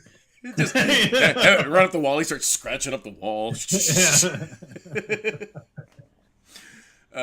So whether or not the kitty can get in close enough to get that fatal, because I think once he gets close enough, he can sink his claws and teeth into Thanos. Let's give him that. If he can punch through a mountain and move moons, yeah, but Thanos is tough enough to like tank that. I mean, right, but you have a giant tiger biting the shit out of you. And then he's grabbing Hulk and fucking Thing by the throat and like slamming them together. Right, but Hulk and Thing don't have cat power. They don't have fucking claws and teeth. They don't have the fucking incisors.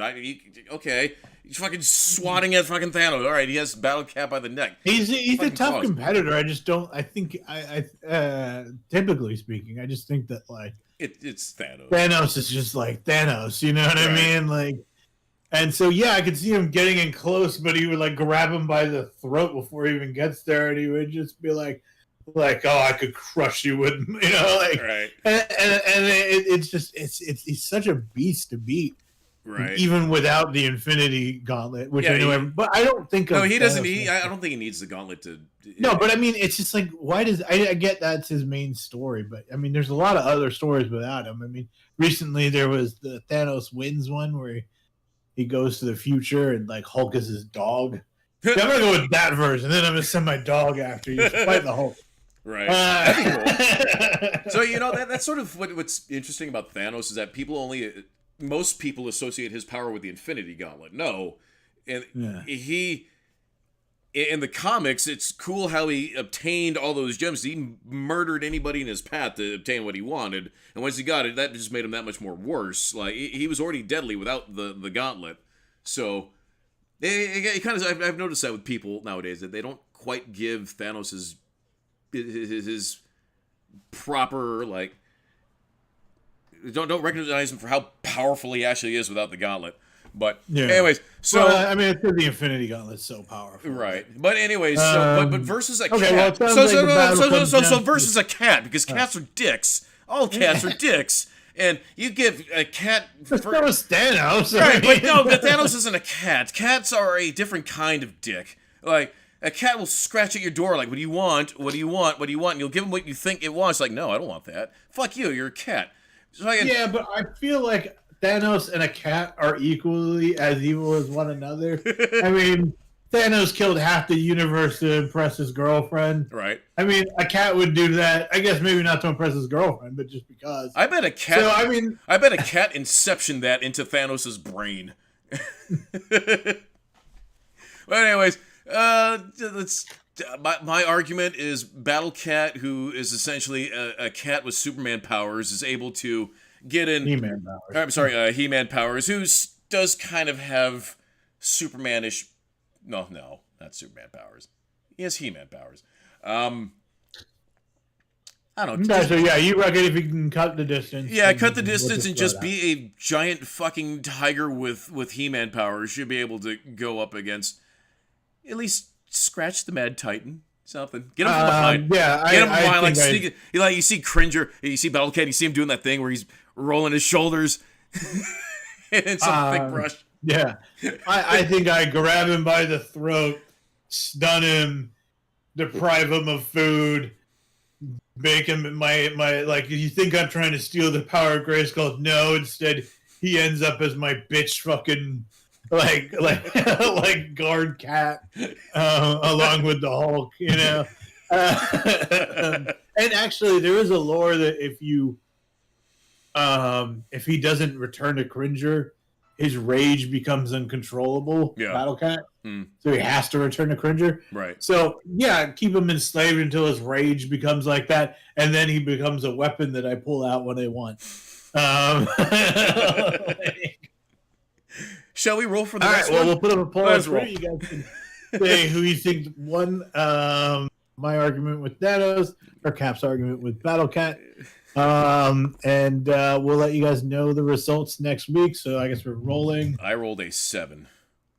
Okay.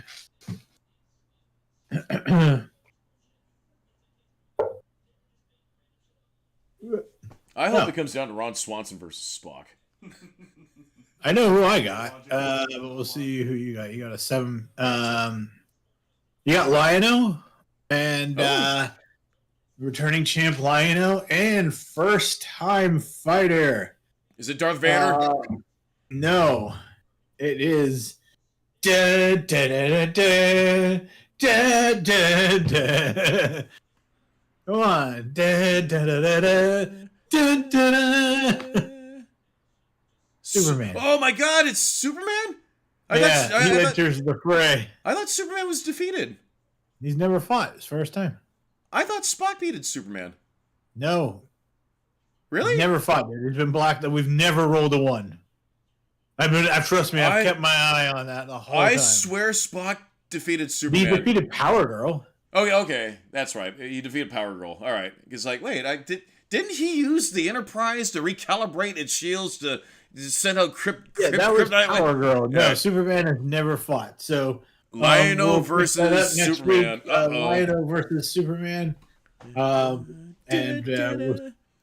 We'll see shit. Superman uppercut Lion-O into orbit. And then be like, I better go get him before his lungs explode and bring him back down. Right. I mean, Lion-O's sort of like a Goku character where it's like a child inside like a powerful like body, I guess. Here's what I do. I play Injustice Superman. Right. Grab the gem, the Eye of Thundar, Right. crush. All Thundercats are dead.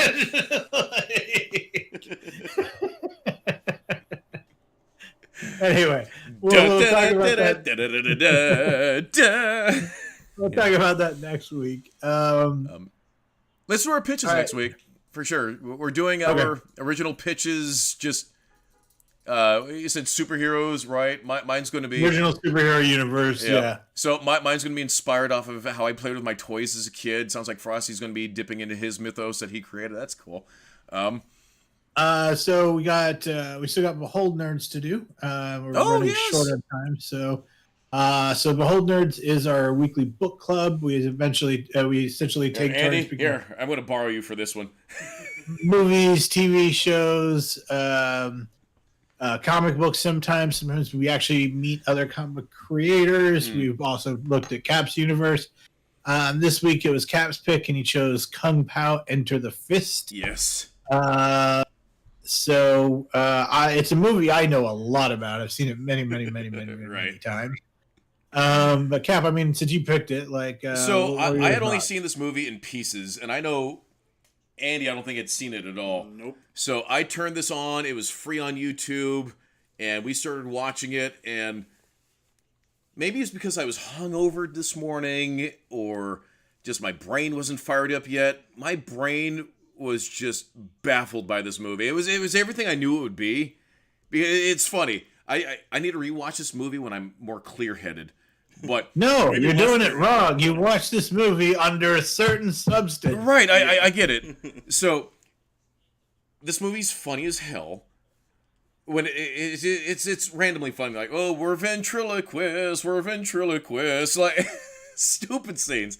Like there's moments that are just really dumb. There's scenes that are so bad it's bad, but then it's so bad it's good. Like this movie is that in spades. Okay, so this, Yeah, I mean, it had moments like out, the physical humor part where they're just beating his corpse relentlessly. Like, it was pretty good. Right. But Okay, so when this movie came out, it kind of flew under the radar. It was panned by critics, but it slowly built up a following. Mhm. A lot of people love it. Right. And then it kind of has gotten a resurgence recently. Right. I saw it when it originally came out. I was in college at the time. We put it on, like I said, like before, watching it with my girlfriend and my friend, and the baby rolling down the hill. The baby rolling down the hill was fantastic. And then she goes, "This is really fucked up, you guys." Yeah, she goes, "This is really fucked up, you guys." So we're laughing so hard at the baby rolling down, and then that just made us laugh even harder. And so, like, oh, how do you go now? And it just keeps rolling it down the hill. Yeah, no, I've watched this movie so many times I can recite it almost from memory. Like, well, yeah, that. But you know where that came from, right? No, where did that come from? The movie, basically, this movie is they took an old movie, kung fu movie, and they spliced in an actor and retold the story. Right. And the only thing he knew at the time is he wanted to write like a classic revenge story. Right. And so and by the way, the creator behind it, Steve Odenkirk, I love his work. He did Ace Ventura. Yep. That's what he's kind of best known for. Well, people know him for this now. But anyway, so like Wee Wee, like that was because they were trying to get stuff to fit, and they didn't know, like, because they're trying to get stuff to match up and work. And so a lot of this movie is just him doing that. And so he came up with Wee Wee Wee, and they were like, and they were laughing so hard when they were doing it that it just stuck. So, and like even things like that part where like he's like, "Your shirt is red," and like that part, like that was just because everybody in the scene shot except that one guy had a red shirt. He's trying to make stuff fit and add it and stuff like that. So yeah, this movie, I love this movie. The voices, he was planning to get other actors to do the voices, but by the time they got to that point, everybody was like, "No, dude, you do the voices," and that's why they're a little extreme. But like, yeah, the wee and the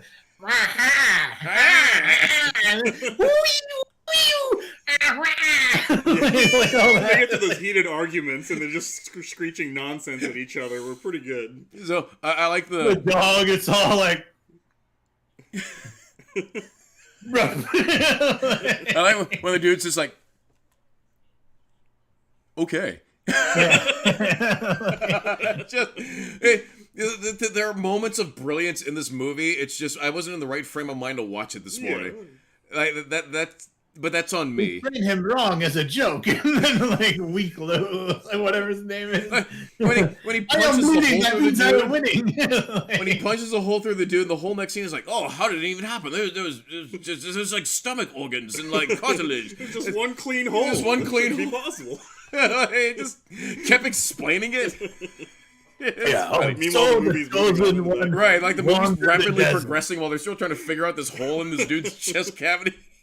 And sometimes he drove, and occasionally partied with the death attendant. That's the thing. It was just all they did was they just kept throwing joke after joke, and they were making themselves laugh. Right. And yeah, to me, it's magic. Yeah, no, I love this movie all the way through. Like, and stuff in the original film, like the bit with the pyramids. Yeah.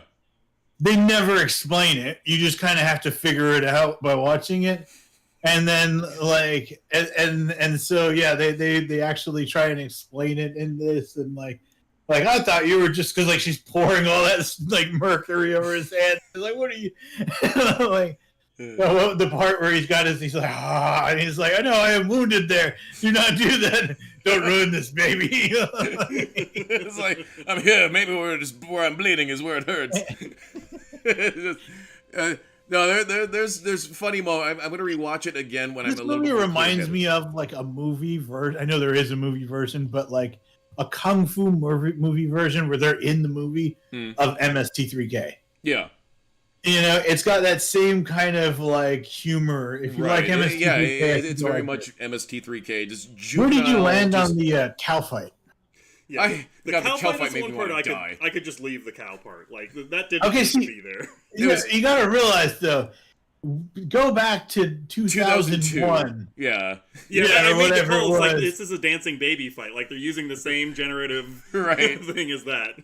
I loved it. I was like, because he's like, bam, bam. Like, I was just thinking, like, how cool it was at the time. I Punching get its now, by teeth. now standards, you watch it and you're like, what the shit is this? But, Right. for me, it was awesome. I loved it. But it's funny to me that people don't like it now. Well, Whereas, all like, it yeah, needed when was it came just out, a we loved it. Chumbawamba song to really date itself. I feel like doing the whole Matrix thing. That is where the movie dated. So if you were to Yeah. remove that scene, this could be a timeless classic. I don't know. I mean, but when his song about big butts, he really kicks your ass to it. Like, that I mean, kind to of be fair, there dates is it, something too. bold about going all the way there. Like, if they wanted to be tasteful with that, they could have had him encounter the cow in the field and then cut away to him, coming back bathed in blood or something like that, right? Right. But to spend a full 15 minutes on a full animated fight But sequence is again, no, you're looking at it with the eyes of today and not the eyes of when this movie came out. Yep. And when me and my buddy, like, that was like one of the more legit scenes in the movie. We were like, Doing- holy doing shit, the that was bullet cool. vision with the Matrix. That is where all their budget went. There's no Right. question there. Well, actually, they only spent $9 million on this movie. I believe it. But yeah, I love this movie. So my it's a shame to take my money. I wish he made another one. I thought it was excellent. Has he made anything lately, Steve Odegaard? I can't remember. I mean, probably. Your cat is just violently, aggressively licking its up. Of course, he stopped now. There he goes. Yeah. No, Because it knows it's on camera. They have a Hmm. sense for that. Cats are they spend, I forget how many hours a day grooming, but it's good because it means your animal's always clean. They're not like dogs. God, how can people spend that many hours licking themselves every day? If you could, you would. I know. But, Damn right. well, anyway, what's your rating? It's okay. So it's a shut up and take my money. I'm just gonna rewatch it again when I'm a little bit more clear headed. Okay. Have you seen the movie Shaolin Soccer? Yes. Oh, okay. That one I have seen. Yeah. That came out around the same time, didn't it? A little bit after, but it Okay. kind of reminds me of that movie a lot. Yeah, You know yeah, what I mean? Okay, well, I guess it's my turn to pick. I have a few thoughts. I think I'm going to go with, because we've been talking about it, and I would like to revisit it, and I don't think you ever saw it, right? So I'm going to go with A Knight's Tale. No, I don't think I've Which seen is it. that Heath Ledger movie. Yeah, if I've Um, seen it, it's been in. I think I've seen it in pieces. Okay. But not- Well, this is one of my all-time. Wait for it. When I moved to college, I had the VHS of this. Nice. And and so I would play it like all the time, and so I've seen this movie probably 100 times, like, no joke, like and I again, it's one of the movies. I first met him on the top of a mountain near Jerusalem, praying to God for the sins spilled by his sword. Stuff like that. I just know this movie so well. I can't wait to see it again. So we'll be watching that next week. We encourage you guys to watch it and then join the conversation. And then it looks like we're pretty much at time. Yeah. Oh, man, I had some retreat fucking- to the man cave and do man cave things. I had some rants too. Real fast. Bottle them. The Ace death scene. Do you remember that in Justice League? It was the one where he sits down on the swings next to her while she dies. Yeah. Yeah, really sad. Like one of those Right. scenes that hit you in the feels. Mm-hmm. Out of all the live action Batman, who do you think would best fit that scene? Michael Keaton. Okay. Yep. So I was gonna say Bale. I think he's the best actor of the bunch. I think Michael Keaton has.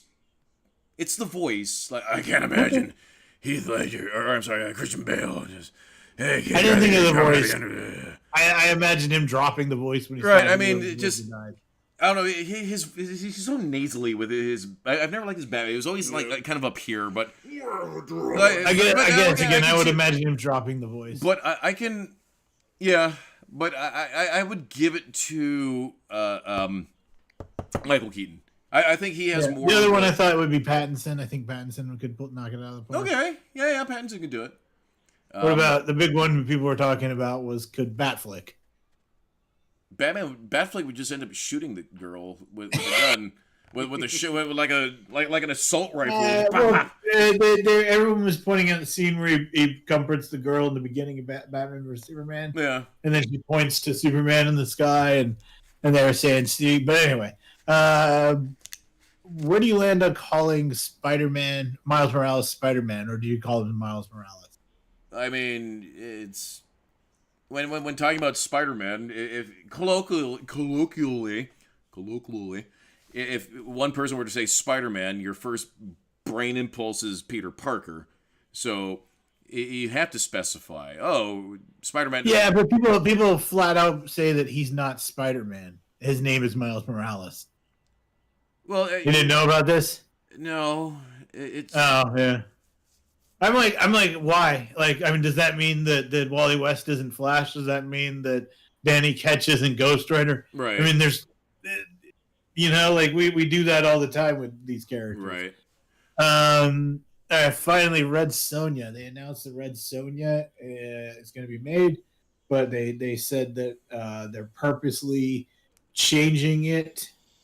They don't want, because Red Sonja, they say, is based on the male gaze, so they're moving it away from that and making it more of like an empowered female thing. Yeah, I don't know. Look, here's the thing. I don't actually have a problem with stuff like that. There's a word for that.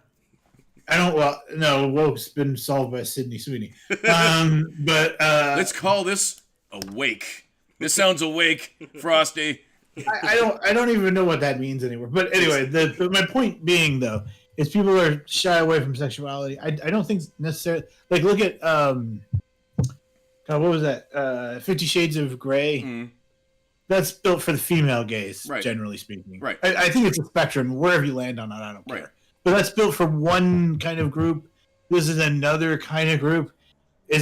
Why is it art as a mirror? Those things exist. It's like in that one scene from Thor when they made Thor naked and all the ladies are like, "Oh wow, had that been a female?" Yeah, but I would argue that was still for like the male.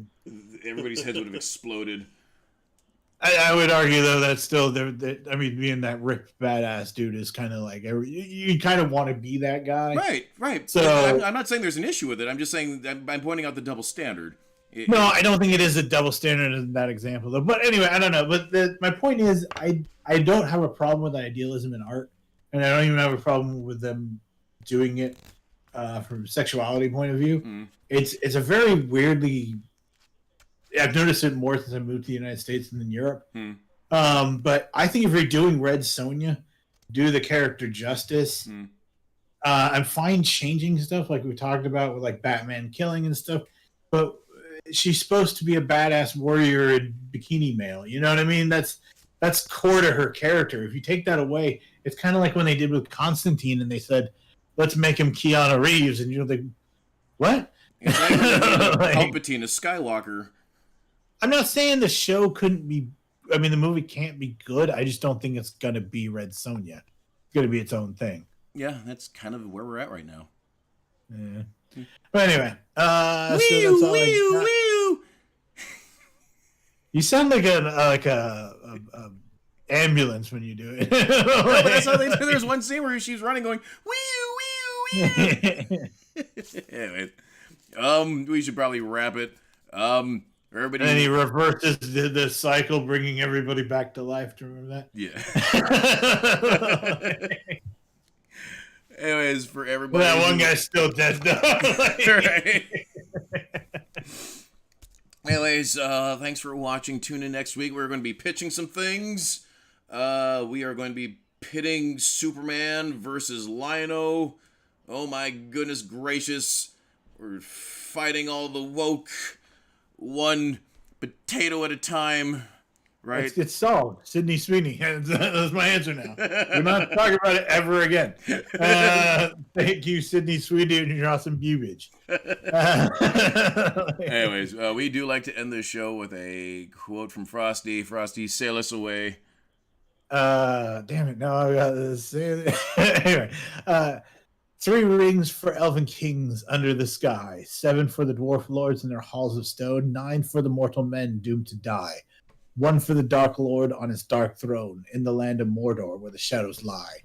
One ring to rule them all, one ring to find them, one ring to bring them all, and in the darkness bind them. In the land of Mordor where shadows lie. Wee-oo, wee-oo.